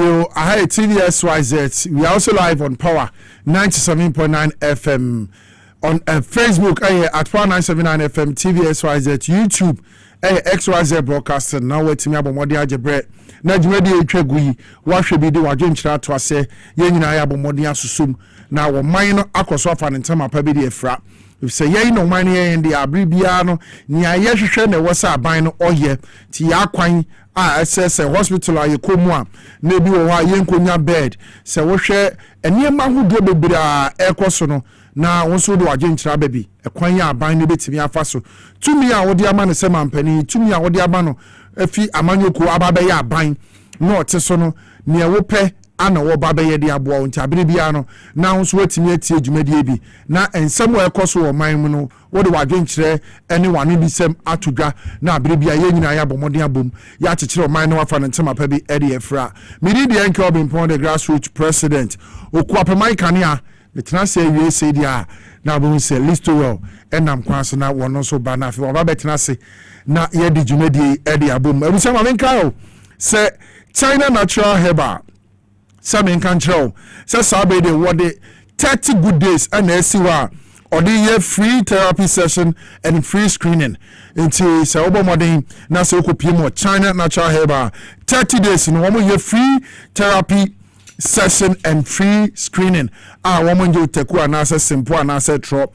Now when blood sugar test and a blood pressure test a check no ewo mu asa wo kwa wo mu bedi say jumedi ni nyade ama free stroke menstrual disorder after fibroid bone problems free acupressure free physiotherapy free flexology and a free massage edi ma wo bibiara say wo ba say wo be ma akopie mu a say na ma bobo so nyina na free as well as free ultrasound screening for both male and female asase that on the 16th of March now shall say one more day next month April 24th and we sa jumedi omudi free therapy session and free screening yarwa hu do bia aye krankro na ba da so na hu baby a wode fa ko China natural herbal one more jebre na for my sa free therapy session free screening etimi edi aboa na so menka na chanin so se folder no obaba be yini de 100 Ghana cedis nti ba no wafa 100 cedis e da so betum na wo de aba be yi folder no na fe bibibia aka bia no wo so wo mamomodi ahwehwe wo nipadua num ba bia yarewa bia hinta wo mamomodi ayi adana didi a kirew na fe wo hu aduroko a wo de ka so a bibia be ye kama na e de aboa wankasa wa brabo fre number we na fe wo monye so na nchiremu a wo hwe bia wo mfema wo mo pokuase ACP eye kwabenya ho wo be hu no mo branch ba ko ho na fe okopie mu asaman so a eje kojo opposite New Queens court school New Queens Court School ewa asaman eje kojo ho no na fe wa bomode na wakọ China natural herbal for free therapy session ni free screening ni omugi yare bia ye krankro wo mo de machines be si so aboa no ma da na di na fe ma sa yare number obetima from so eni 0244 485 763 0244 485 763 and 0243 715 004 0243 715 004 na fe China natural herbal for what you do ho akwa kaka free therapy session and free screening na wo mo ye e fa yare wa hodo nyina so se de be ye na abrebia no wapom din besita na asidin dia ma wo wadwuma wo ye mu Medimosis Clinic and Herbal Center Samin kan chiro say wo mo di aduro bia ba ye friend Lift Kit na juma wo ye no e 100% herbal supplement eno ya ye for say wo friend say kidney no pe liver no sorry liver no ene no ma ye say do we e di ama no nti abribia on se bi mu ho o madidie kura nhyeda enye papa obedu fie ade asa wabre nenso banku siwo bayire siwo body siwo fufuo siwo odi wie ya 30 minutes no kwakoda eba ne sa no a wo ma wo liver no adwuma eye wo se timi boa na eda je se aduane no wo yem na aduane timi ye adwuma no me ba cha wo ma liver no ye adwuma de bro so nti abribia na wo liver na ho odin eba fom o ya de kakra wo se wa bre na ho mete so wo ne wo ye ho ntimi nyam aduane kura wudi ni ye na abribia na aduane awudi wo se ehye so eno nti na Moses ade lift kid yaba se wo nsatimi ka bia abra wo wadidi a wama wo liver ne yes adwuma mroso no na sa aduro no nso eboa na wo liver ne enya hoden bia se de abre bia obetimi enya hoden na wo de abobra na ama wa ye fresh na yiniema bia nipadua ne mpa atene nipadua no na atimi ayi ni nyina nso afio na wo ho atimi aye den ti bomo na se nso se wo ko pharmacy shop ana herbal shop bi e ben wa wo betimi enya left kid Moses for the abane bia na open do atu so dia na ne fresh number we one beje so na fi o mama bi atu na nso wakwa tom 0244 068 447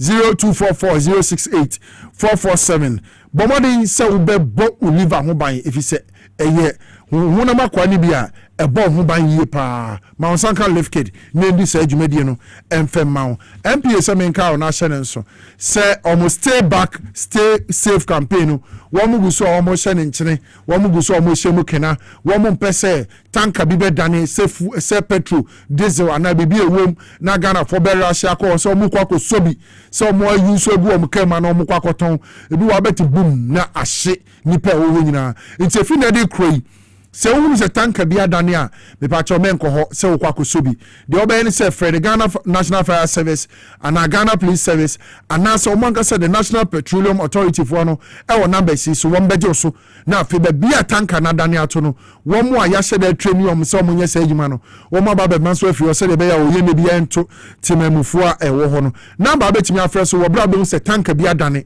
na penifo age so no ma ba be hwa ma wo e ye 030 255 0380 030 255 0380 kai na sene nso se won ko ekuta no esombo sin petrol 1 gallon esombo sin petrol pan baako esombo sin bibibiara nti me tanka ho fuel eliki akosobi enhye ma won fi abrabo yimu ebi se wabusuafo ehian ebi se ye to adwumadi ni so live on TVSYZ live on Power 97.9 FM live on Facebook at Power 979 FM TVSYZ live on YouTube XYZ Broadcasting inside politics jumedi ani eguso ayede somo midi de enke Obrempong the grassroots president and I said midi kan no Kasim Isa Eufia ono ye national communication team member de ma NDC amanyoko no ana fe listo well nana kusi poku dodo na friend okumkom wono so executive director edema good governance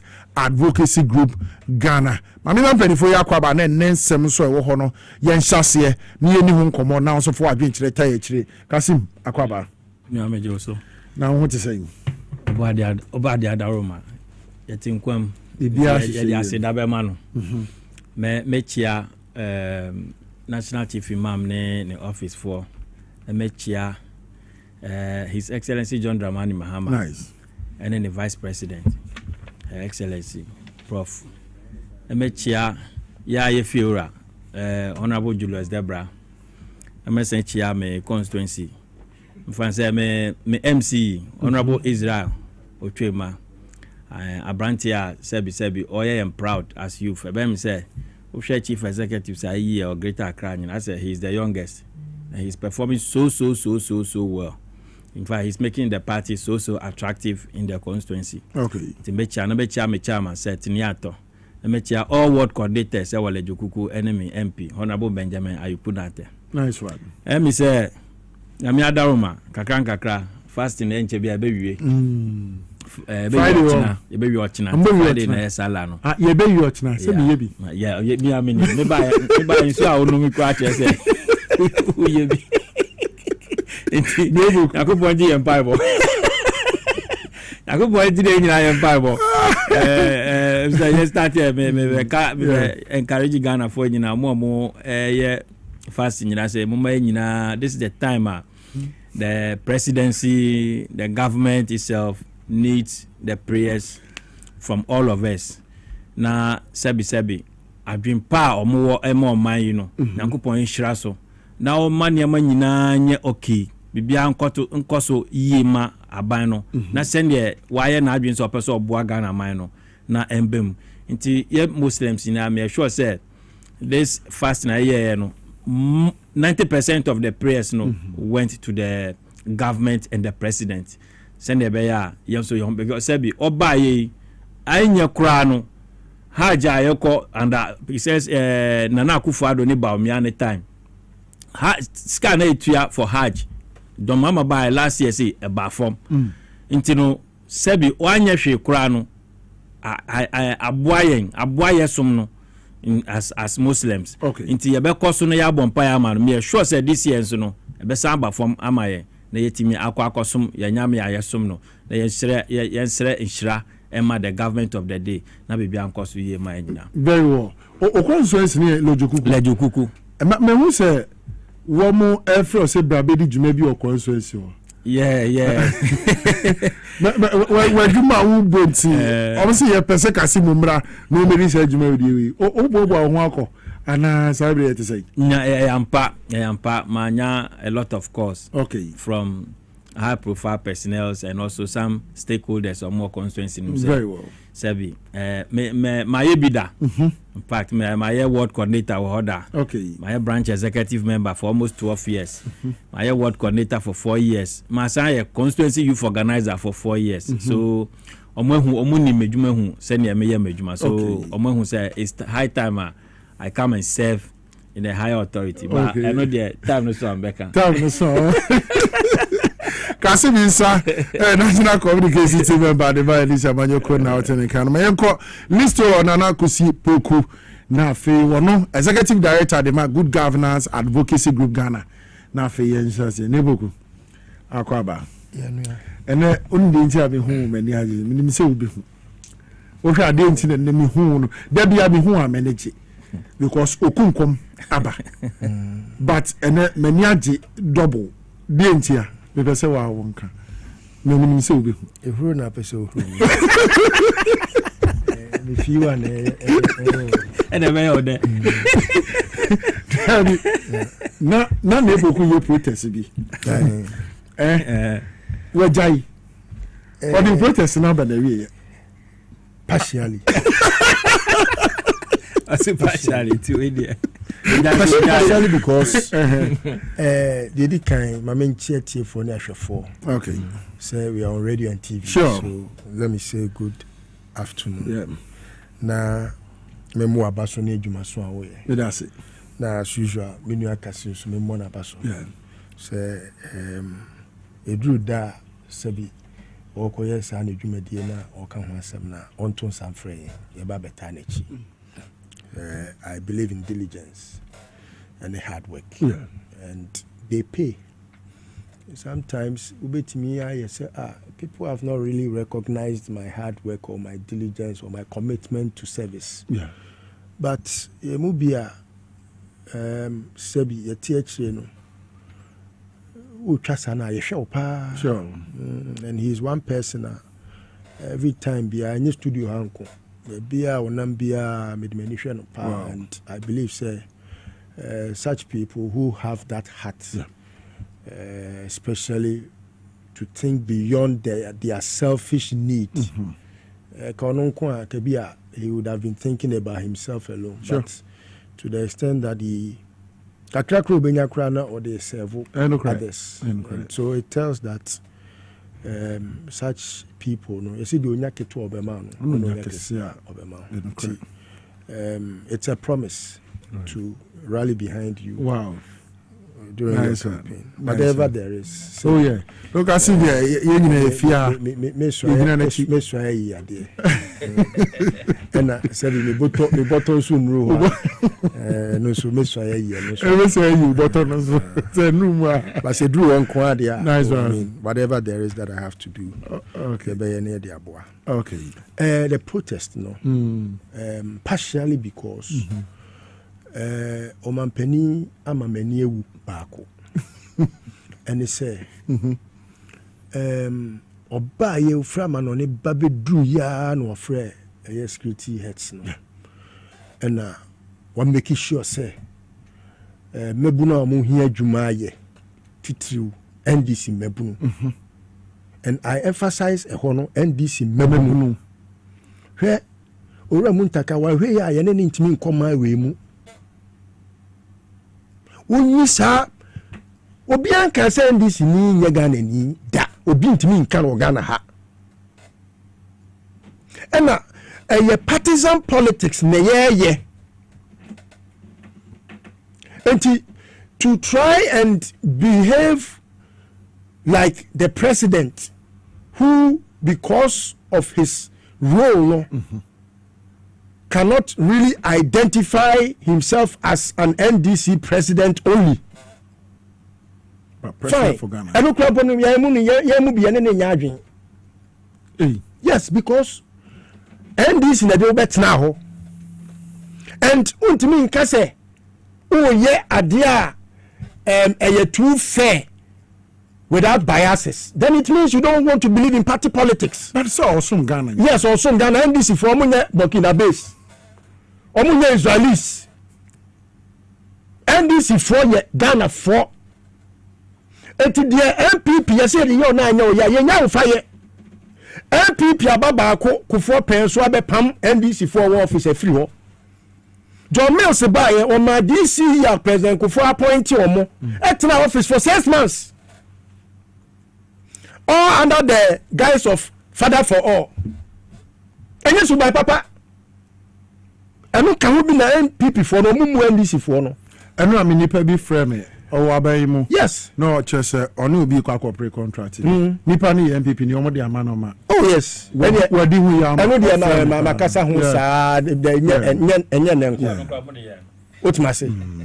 Even in my case, even the neighborhood, the now you the contract name man on MPP now you the contract name man. Yes. The previous contract said the man on one year and around there be who did 350 million almost soon. The same World Bank is council by an or pay that they command.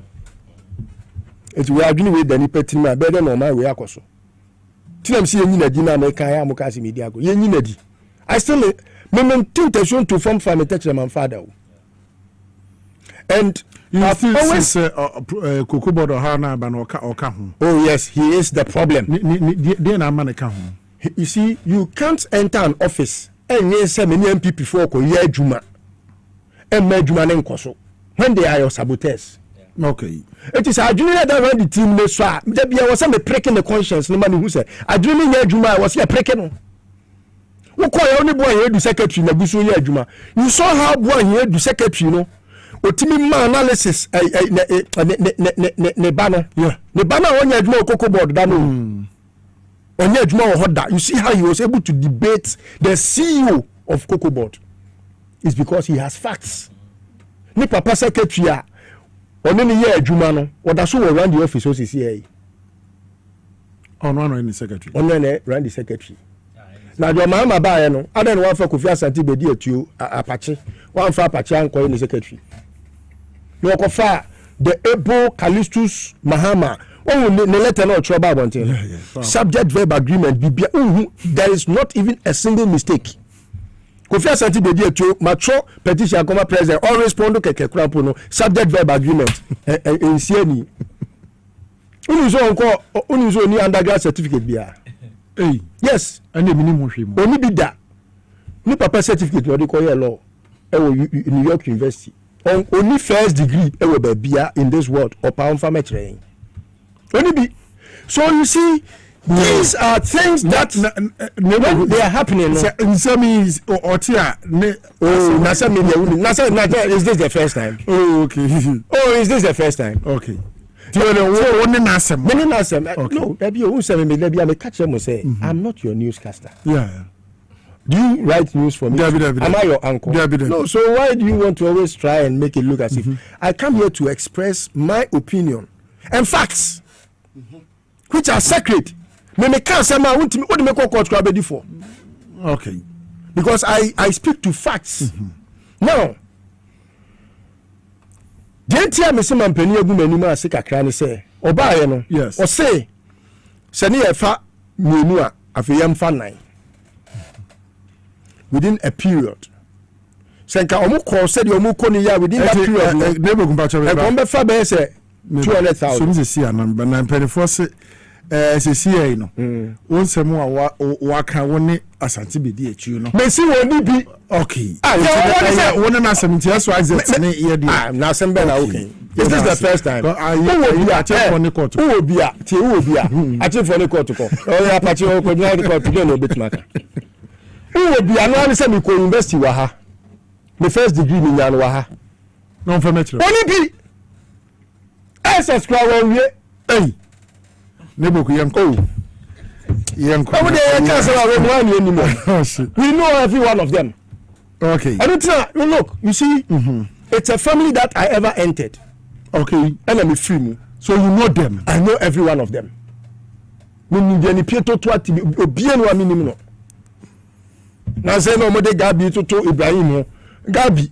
Oni mam ho Kings be dan kra no ntimi han. Kings be haya e dan no ntimi han. Nya Akufo do ne be mampani aka Gabi ono obetimi asidan. I know every one of them. Ti obi de ne kototo ho a eno nti na NDC fo no de omo ko bono na ne bu afu no. Because he was nobody. This was someone who was put in jail. Oh, UK. Everyone knows them. Everyone. Go to UK and find out if in the 80s he wasn't incarcerated. Wow. Yes. I know every one of them. I don't know some about Danamo, a cronfo, a real man, most a person who chesa mumuna, Muyan Confo, Papa Bias, and Mono, Muhu, Sundu, Krada. Name etimi who send this if only the omo bobo no more try say omo please omo name bufu because if NDC wants to behave like the MPP then I think there was no point campaigning for the NDC. Okay, Nebuko. Etimi manu si wo John Mahamadi awaye ne ho. Okay. Ne mo na baso because we ya yeka. Very well. The fact say wetin increase number no to 400,000 no 40,000. 40,000 yes. Within that 4-year period. Yes. 10% confirm kosoka. Enti let's say 100% increase. Emebunu aye. Na owo muntaka asem ya meken. Sebi enye say wo ye say me na me de me dogana entu dogana tan NDC for.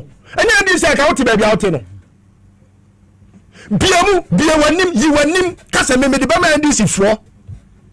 MPP for the my MPP for akwaya your friend is saying akwa kakraka in a foot the tree Henry Cote well you name say one the Bama the party for now NDC now you be an iden but you be na why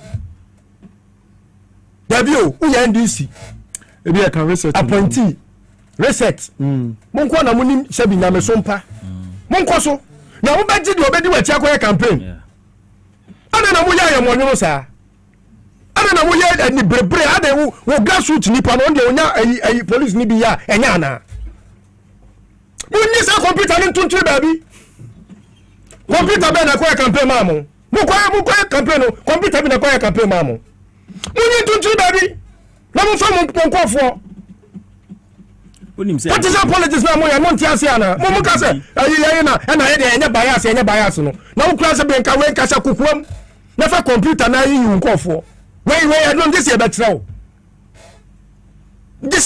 say fa computer ni yi nkofo mo nya sa nyoma no na ye so nya sa ayi no because I na etan mo kwa na se bi mo sa na mo ya mo the co-opposition first one no adwuma na John Mahama abo did he deserve the opposition amokoye no he didn't mo party grassroots no be bia mo kwa mo ba pa mu a mo pese mo please MPP for omo ma bo man na tete o man na pansam no wo be ko mu na nipa o yes a computer ayi o MPP ni na nyom no moto no fo intira ade na mo yes a okay ti mo nyi computer no tuntun baby na mo ko na mo hampeke NDC for na mo for mo ko police soldier immigration but one sema wa kan I think me say na ma fa mo adwene say computer be na ko campaign ma mo oni say video be air trendy time up His Excellency John Dramani Mahama presidential primaries oko tamale no come krom kasa e na oka kire omo say NDC samba bioma the branch executives mumma ene munuanum ene mu ankasa mumu amubeto abano ama meme wini ama NDC aye adwuma ama NDC na aba power no say no say ye fa police ye beba mo ho ye fa soda ye be consult. Okay. Yep. So this video is trending. And Muntaka, if you were truly part of the success story of His Excellency John Dramani Mahama when he was going rounds, now promises are no ya. Or for say Minister of Interior, you are supposed to do it in tune. Okay. But who the name be Babuma ever block it? Those branch executives from getting it. So that explanation. Ghana ambassador to South Africa, I catch and said there are more Ghanaians, yes, but some are more Ghanaians than others. Very well. Kasim yanko ye baby so. Now, many they can say MPP4 led by the minority chief whip, Honorable Frank Anodompe, member of parliament for the good people of Nsanwoma Dojiri. Ewo Ashanti regional, womo koto, adefa koko mfu mu nyina ni koko ekuafo Asia kachira om se koko no bo na omapani John Dramani Mahama abanyi dia basisi na sisie ade mekuafo na sika wati afi koko ekuafo ni sika no so wode ama ninia Dr. Ibrahim Mahama amode akoto private jet yenhwe time one na Frank Anodompe ekika sa nsemu one apiafo no na afi ye ba yento adwumadi nso fama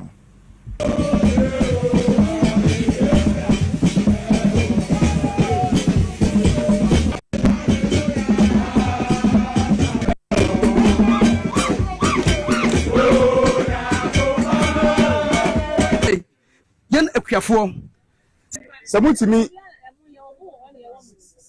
Sawutimi yen akwafo kwa de ye de kwa de so de what so boni ba ne ya no ni anwamo ni sa kasa no ya de ye me ya pa na samutimi ono so yanti so enfo so da so no wona to private jet ana so wona ma Ibrahim Mahama ana ba ka che Ghana obetwa kondo ba che se yati bo ono so yanti so enfo so da so no wona to private jet ana so onwa dia oboa wodi koko fosi kanu akoto private jet e de mani nya Mahama wodi ma Ibrahim Mahama ana ba che Ghana obetwa kondo ba che se yati bo no so yanti so enfo so da so no wodi to private jet ana so onwa dia oboa ohwe ni ye yen akuafo sei oman Ghana yenka ho a omayehu efise me no kasen abadwumafo nyina yetoto obi akatuam teacherfo yeto makatuam apolisifo yeto makatuam lawyerfo judgefo obi akatwa dai akosoro na yen akuafo nko ade yen akuafo nko ade ye de kwa de so dai what so boni ba ne aye no ni anwamo ni sa kasa no ya de ye me ya pa na samutimi ehunyansa eko bobosia edito plane ewiem hyen na wutimi ehunyansa enko bobosia emfa mbo ekuafo nso amasedia ene na abato odu a na wa ma plane na koto abama plane na wutimi owie mu no aeroplane ahodo de sabio yetimi dem na oye ne office work wo mu no edu ho a aeroplane ba koye dan ato abama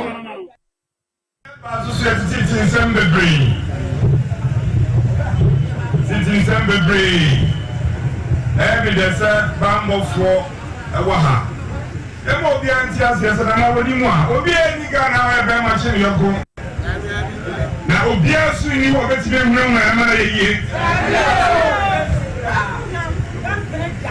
enti ye ba be kan asa se poni ko ni aba ye wo kwa e fase no ya ma se be jo obi adapa ba do kwa no so ye kan sha ye ba ni ba tie mo bi ehu Frank Anodompe honorable no a minority chief whip no sign ma sebedwani edema nipa ana senkrofo mo Nsanwam Adwoji na wote se wo kasa no se sabedie Sabaya Timi and as Ibrahim Mampania Timi Aqua Besia, Momu da Coto plane dia. Na o nyesi kan fe makoko akua for dia. Ene na edu so a plane ni betimi atoaba. Kasi mami shall say fi eye list wo ho emra na fe ye nto so. Nebehu asemu a Franka no don pre kani. Sabre koko yi price baby e ba bedu ye na aban yi e dia makua for no. Anodon pre se sika na eso ate no. Eno ana mampani dia mani nia Dr. Ibrahim Ahmad akoto private jet. Erade ntoma no nareka na erade so wanum se wo nipa se bi wo man mu a enya nwanwa so man no asai se de adru ya ene yenya se bi oya ade ya opempam o man no enya nwanwa se ba o me enya 38% ko se bi esifie bi a mensem wo senka kwase ni wiase anke ni kwase adwa so adwini wei wakosuku oye MP ni maame atue sika ni papa bia meka ni maame ntoma senior ewo ho a ewo senka de to aduane ma enkrama adie no wodi akotue school fees wakosuku ya sebio saye mra sebedwani anyi bia no ka o kasa nenka nkwala fa pena na o ma tworo otiase na de bia me tunkofofo nse me me litigant otiase se me nenka kan we fa me ho a ka me mani fa ne ho nida ka ni begina mra no oh yes o cop court anu akọkire ba bia me kofa scanner me di to me private jet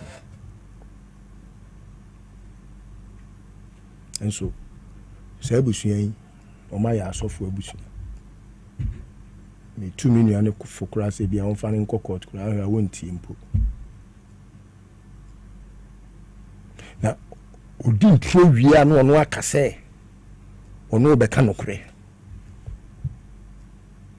nokure no sebi senka ukoi na ukura krata e kire se owura mahama peja o man sika no de man ni nua Ibrahim Mahama wonu nyina so ko sika o omo ko sika Frank no do yes omo ko sre ebi okura so se baba otie no osuma no mo jamo omo bone bra we say ya ni sika no ntimi hu se just a fad impo one fad impo eye sika eni kwan se be fra ni sika omo na including omo ekufado no oyade a no me sika kura hwe ne ho yade time no opposition no wa nyen ne se no Ibrahim le tua ne hospital bill tua ma edruba bi no ni papa da ya otim wo ton kura na chese da bi menton o esa ugu papa ni mu ase jai menton ni nyina akoso fa ho ko ton hotel ni nyina hotel so ka ring hotel na enyi ma ya ensemi di no ebi nie boni aye ka da bifo no omo nie na Gabi create me to me back. Gabi as I watch the dako.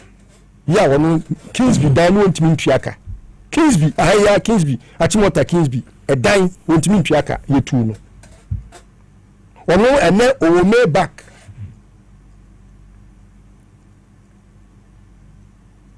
Gabi adwuma be no waye o man we. Sanki ye kan se osu o Gabi ebi a wa Bob Brati say Ibrahim Mahama ibi asebio or tutu form. Now from the time of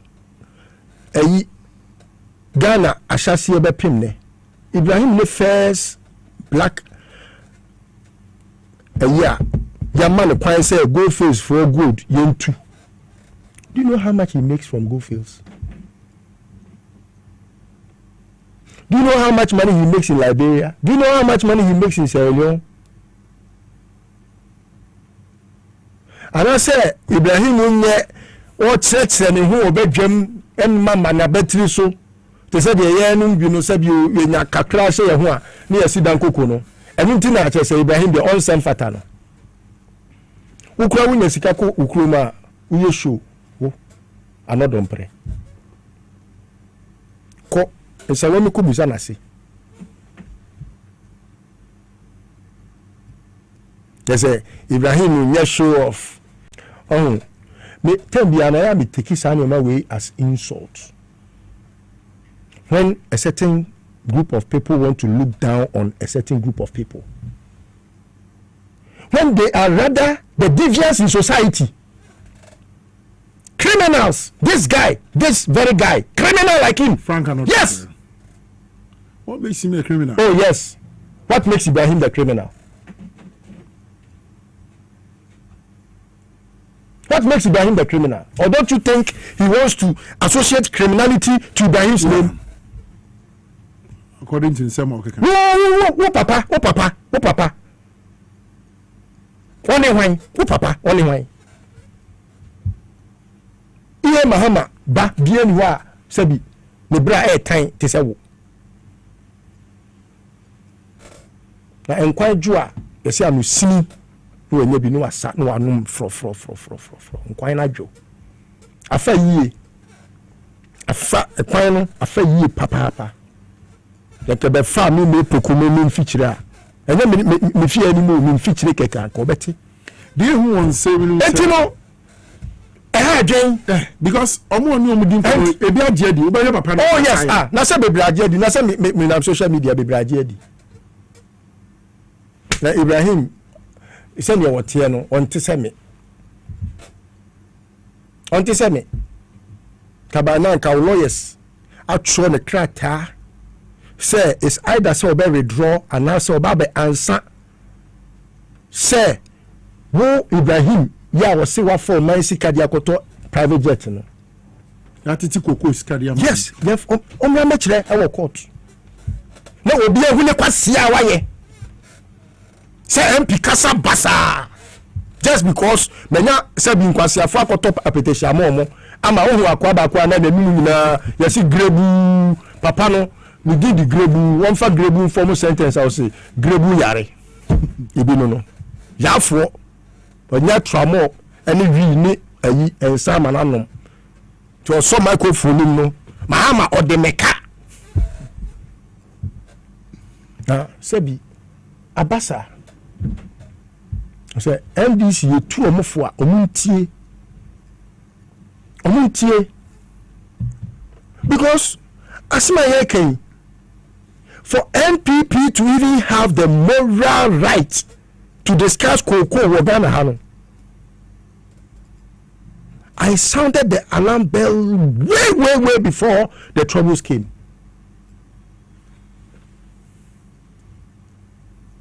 Wako baby, woman penina Ghana photo Abama anono. Was this the secretary? Was this the chief of staff? Doesn't cafe more parent go bet my chief of staff. Was this the competent Julius Debrad Naba? Wafa Callistus Mahama, doctor, PhD, and what naba. Before now, your Mahama ebefa, the first, Remo Atububa, and any secretary, Neboa. Compare Sanko Phony Mua or Moya, the secretary, no, or my secretary, no, the currently to Kofias and TBD to you.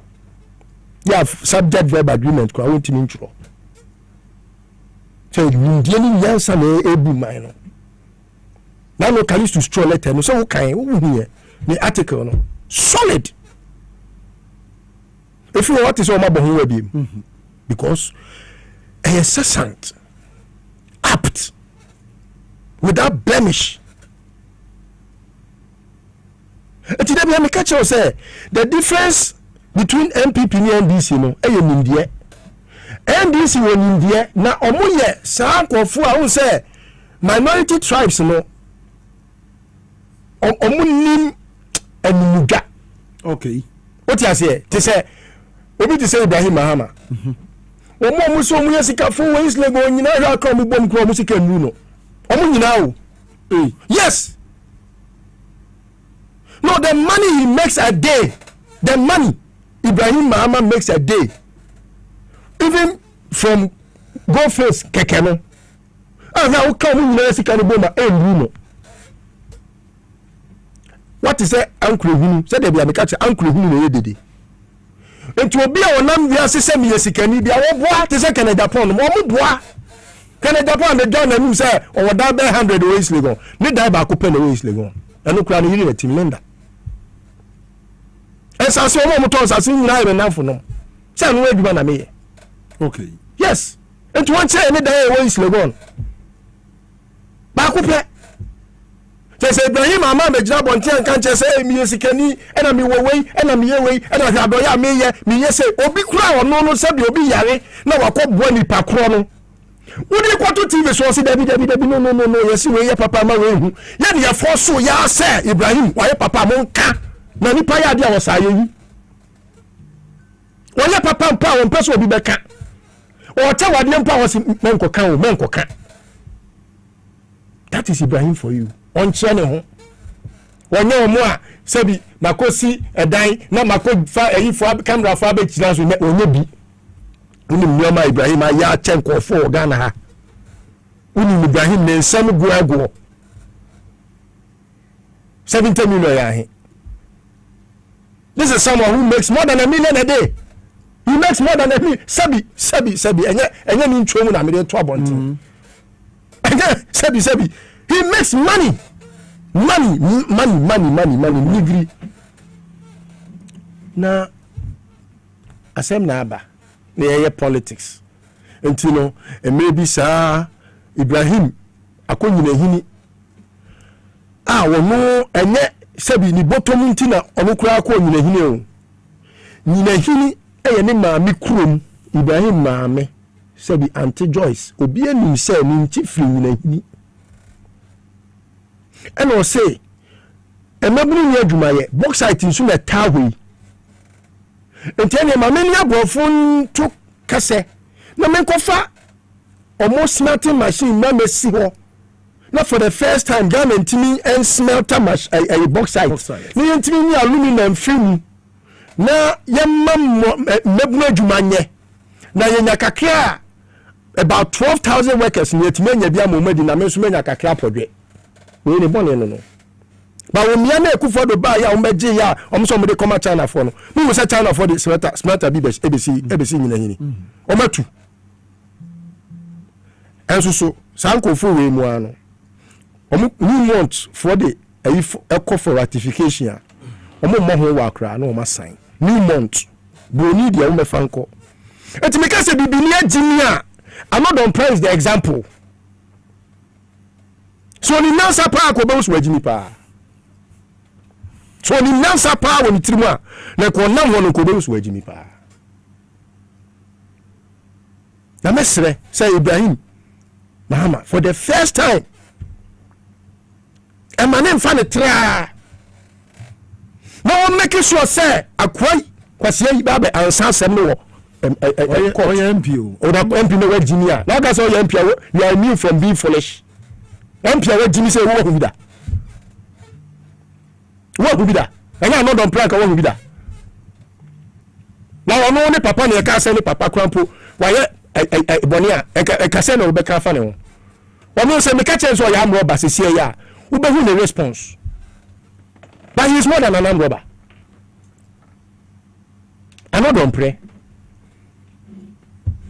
ba wo mia kwa mo sai ne ho ba wo mia we ya wono ade a Ghana for nyina nim say wo Ghana dada uba bayansa na Akufo Addo be president 2017 okodane ade no ade baji $2.5 million.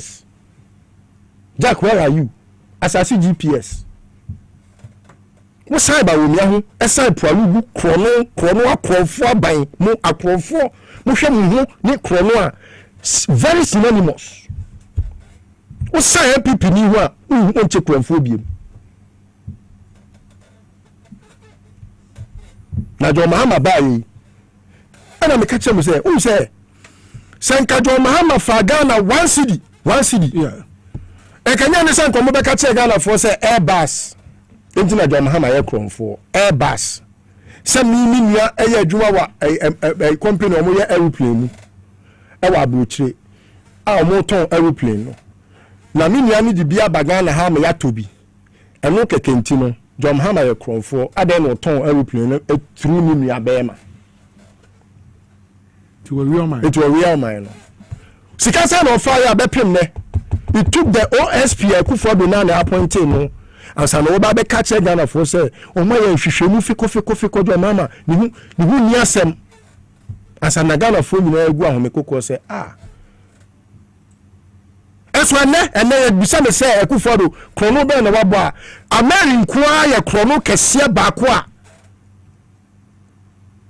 Yantimi enya no yeda.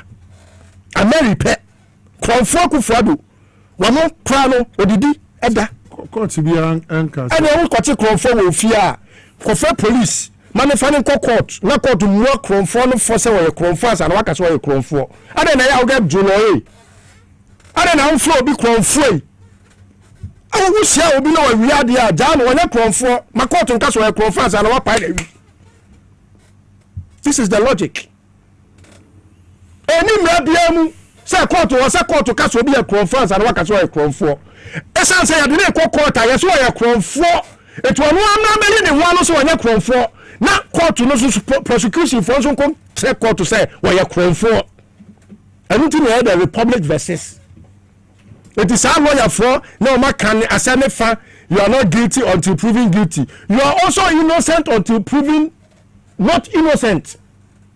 Yan can half can you etina me say law na omo ye no Ghana ha no e na mika keke no wa can be favor no say you are not guilty until proven guilty. Fan e ka kire wo you are also not innocent until proved not innocent. Nimienu kan no obi antiase eti wo ye kronfo kopim say wo bekwa akaka so onye kronfo. That is the logic. Can oforiata what's hane ho can oforiata obi a otimi jeje ahiafo sika da binum kra no masa wo ho. It's very hurtful. Anything I am in this for na twema so say be very proactive and don't be reactive.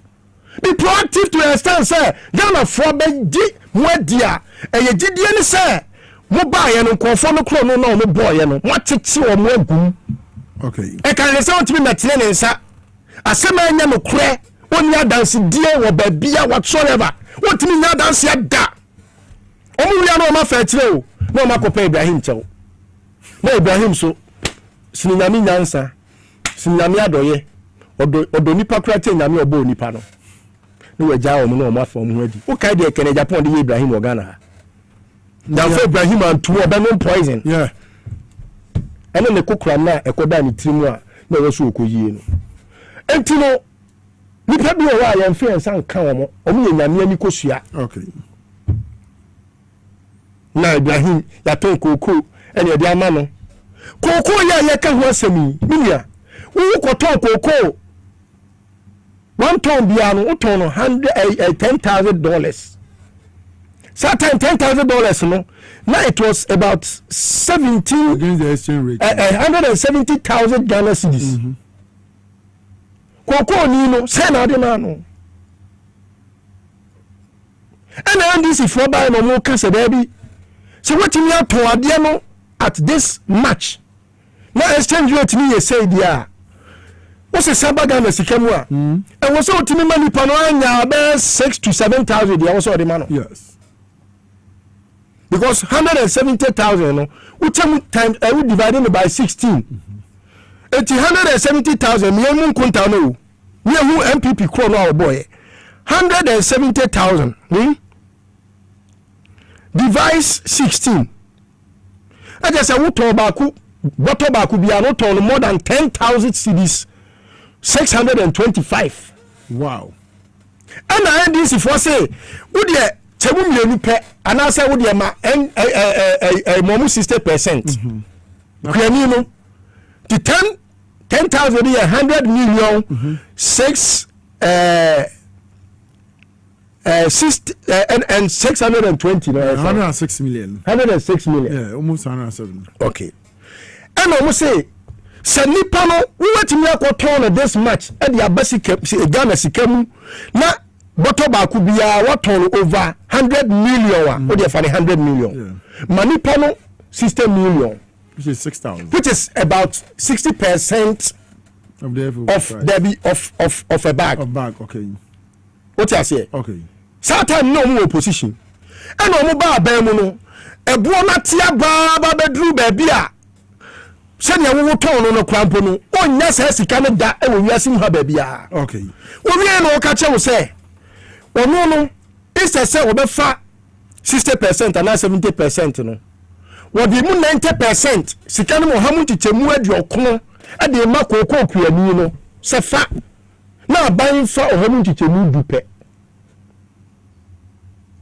Enti sɛnea yɛate so ama no no yes bɔtɔ baako biara no yɛma 2,587 na abaya for just a little about 300 yes you kura ba from what I say na abaya for 300 cedis wo kɔtɔ yɛ no 100 million no wo ma kokɔ kuani no 30 million 35 million and wo fa bɛsɛ 65 million o first can is when we ready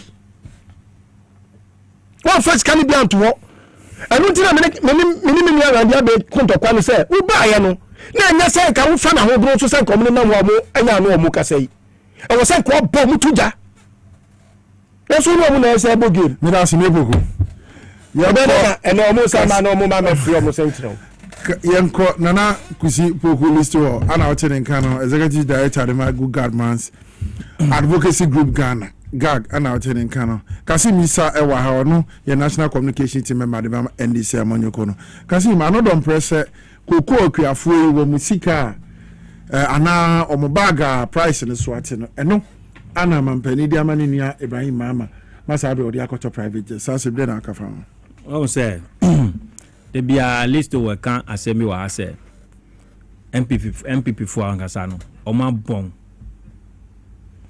the bialist will cast us. And you don't know what say. Meaning say you don't know what say. Oh no, more bon. Okay. To be honest with you, because never be one ma 1+1 a simple logic. Sebi. Untimin can't say member of parliament of his caliber. Or untimin who sa adieno. It is either say wa bon and I sebi with Jimmy and I sebi so betin so aseda wa sheda good now who said that the year bibisa not just say Ghana for umbuyen because say who said that why you say Jimmy yen it means that you don't take it serious and that is what MPP is known for yeah tama omuko drew village one more musi omo she NDC me who say NDC t-shirt be was say NDC actual NDC winning. I was like what is happening? MP before MPs into the NDC t-shirt there for Mohobe. But you see your my maybe say Ochina na say obi kan bibi efa Kenufurata ho e wo parliament. Omo sorry say Kenufurata ne brother no koku apai. Na ni brother no is uncomfortable. It is an attack on his brother. What traumatizing them. Good.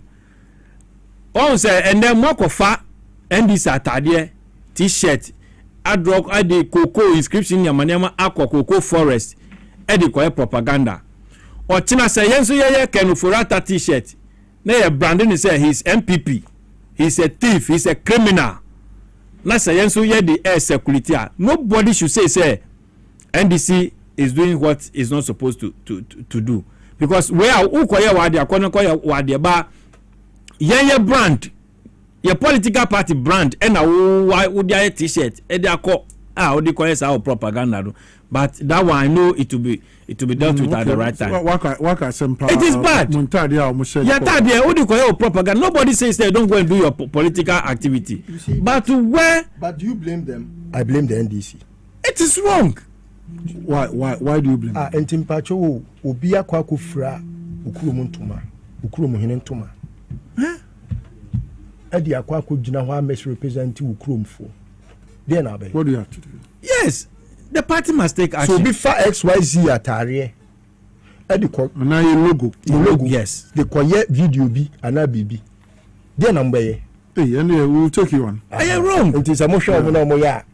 Basa omutine mu a omutine mu hwe ntina na mbisa say bas no mu wo sa video no bas no down omusi no staircase no ubonse ya cho yes edawenim na me hwe yes look for the video, it's on TikTok. Edawenim sa na ya cho bas na say you see, and ya ni say so obi be kan abakoko asema, it shouldn't be these people. These are people in 2017 omo buy almost for $10 million. Say omo di koye Cocoa Roads audit. $10 million. Omo cheskani di kwa. Osafu mafu. Enkofo we na omo for $12 million say omo di go ahead omo di craft fertilizer for planting for food and jobs. Brother ura. Omo cheskani $12 million. Ye who be identify at the end of the day come the yema yenya shortage yenya shortage of food in Ghana here to the extent say omo the brother be good ministry say amount for meto and amount for so amount for meto, and these are the people just a year and a half ago no more abem, and this was their records when it comes to agric and even cocoa per se. Intino more kwasisa mu police station executives Eddie Amako sing room because say Nyokasa I said Ibrahim Mama ebia den John Mama fa musika de ama Ibrahim Mama or the akoto say onya MPP police station executive no cocoa farmer no cocoa farmer will speak like this, no cocoa farmer or your police station executive say omo ko okra na bi omo nse da nya kuafo omo police station executives sir. Some of them are in the cocoa growing areas. And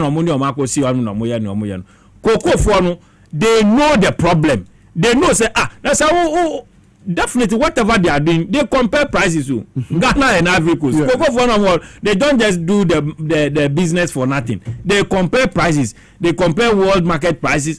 They compare our neighboring. We know. So omunim neko. And omunim se no Ivory Coast for price no cry of form. So to Ghana. Yes. Intino friend say on Sunday I don't think he will come and stand before a camera or microphone. Aji microphone akasa the way akwa we say Eddie problem ni na to John Mama so say waje omusika Eddie akoto aeroplane Eddie amani nua abra Ibrahim Mama yeti meeting year 2024 na MPP was so order for this jet.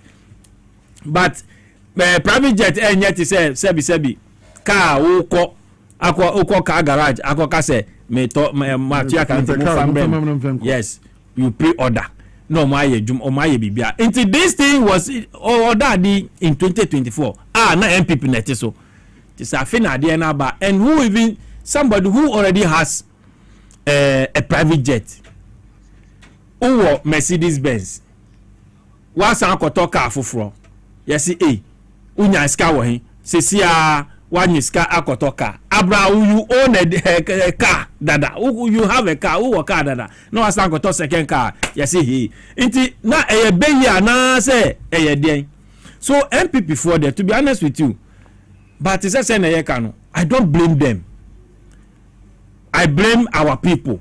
NDC for no I blame them because say mose money omo na be ye adwuma, you give them freedom no omuye no omupe omuye no omuye we nyina, then they will pass behind no matter from say wa we ni we dey enye politics into the forget na muso moaja omo so omo da kwakọ party no asay nkrofo adwen against the party otena nko na wa ba begina o catch grounds for ne say ana full soldier say mumbesi ne enko say abrawo anga sa down ho a na onu nkrofo na omo ha party no eye baako. What kind of people are we?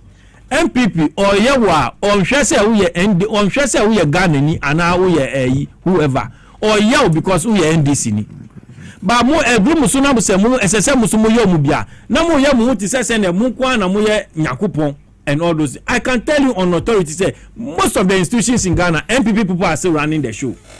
As we speak, MPP people are still running. Randy Assembly by Yamo.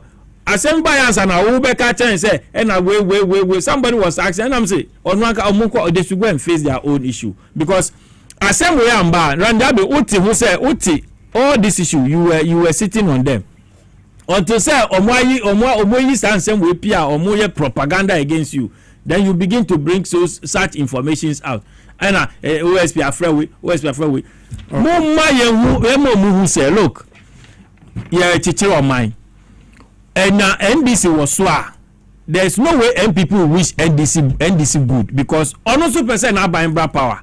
Enti nyamo the obey bia he will feel say obey to say good boy and a good girl and obedient. Say ne be ya o dey be ejuma. But I am telling you on authority say ade a won adwum no enye ne wo nim no different.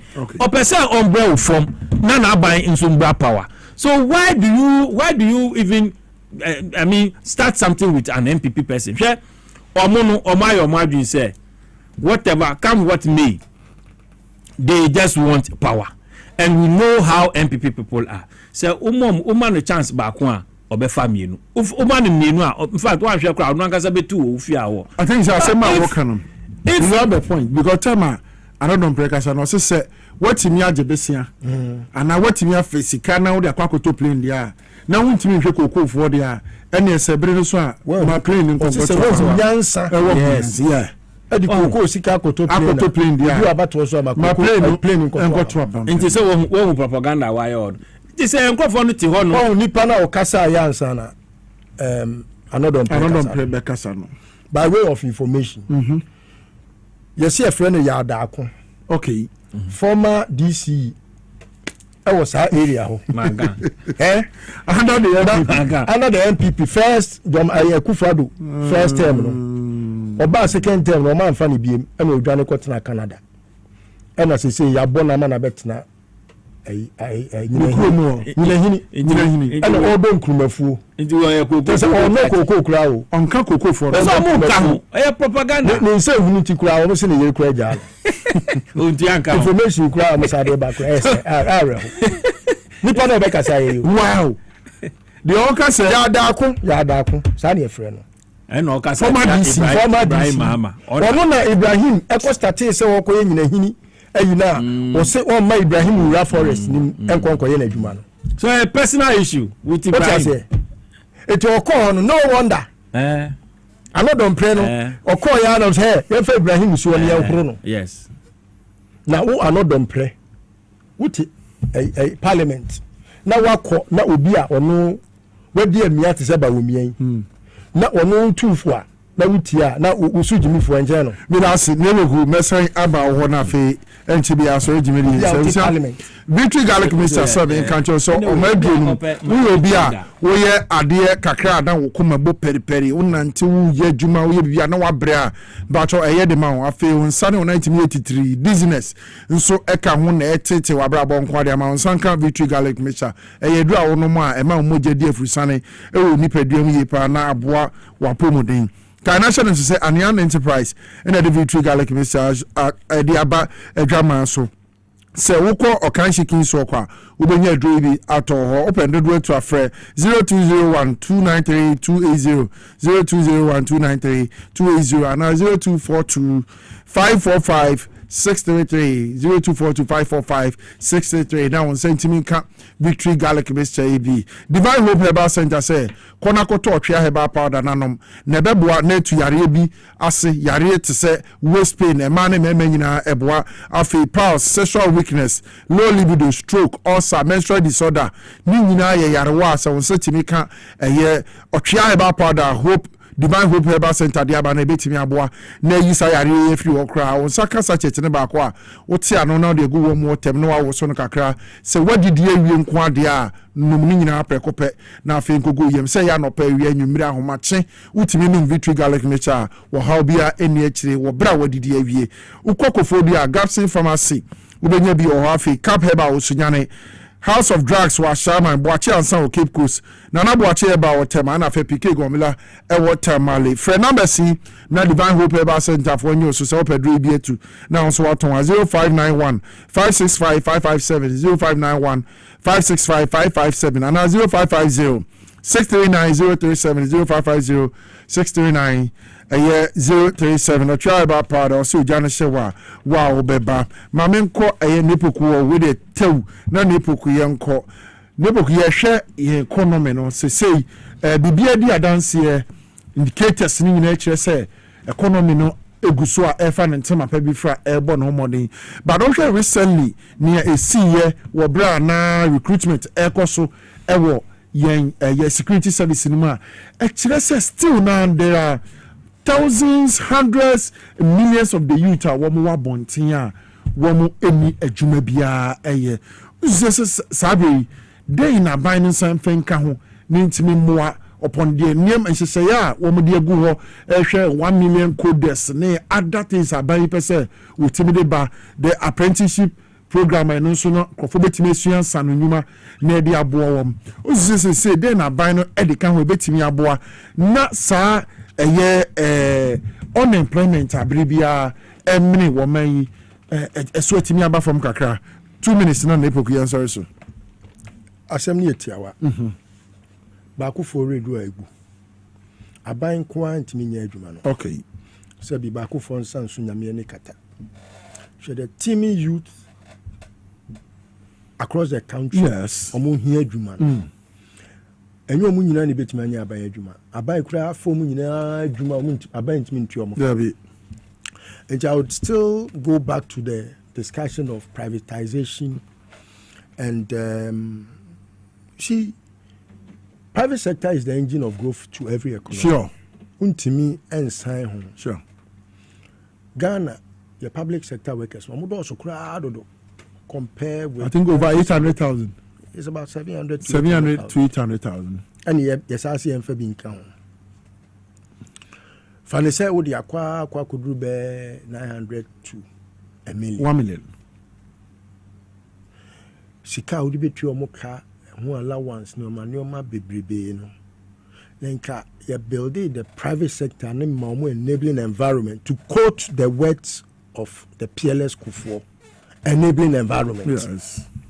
Private sector no here akadia ombetimidia and see the reason why I always admire the president is because he admits and he's focused on making sure say enye ono pena obu man and I say we share labor organized labor yes no mu din kita ho say na be ya bibi e yesinto ombetimi atra no ma correct and I think say aban eso be ye economic dialogue yes say economic dialogue na omo person omo ye no omo making sure say ebe baso na Ghana ni bia be kire na adwen na ye bie the private sector ni mu na ye nya one stop arena bia ebe boama be bia obi apese obi adwuma no because bureaucracy ne doso sure it's never going to try one and they are Mampanisha organized labor for the finance minister and Suko PMO. Yes. Now, patch our chart here, there. Now, compensations go up by 33%. Yes. Can you imagine? That's a binding revenue generating compensations and it taking the bigger part of it. Debt service here 26. A grant to other government unit here 24. Capex here a year. Your friends are 6%, goods and services 3. Capex, capital expenditure. Yes, more. Yes, so 6%. But compensations in Kwa, yes, 33%. Meanwhile, yes, there are so many of them that do not do anything. No, they just wake up, bath, go to work, come back home, and that's it. Okay. It's your own power. You know, on my private sector, good. When we bet me to show maybe private sector, so okay. Let's say I had to say the private sector is under a certain supervision. Very good.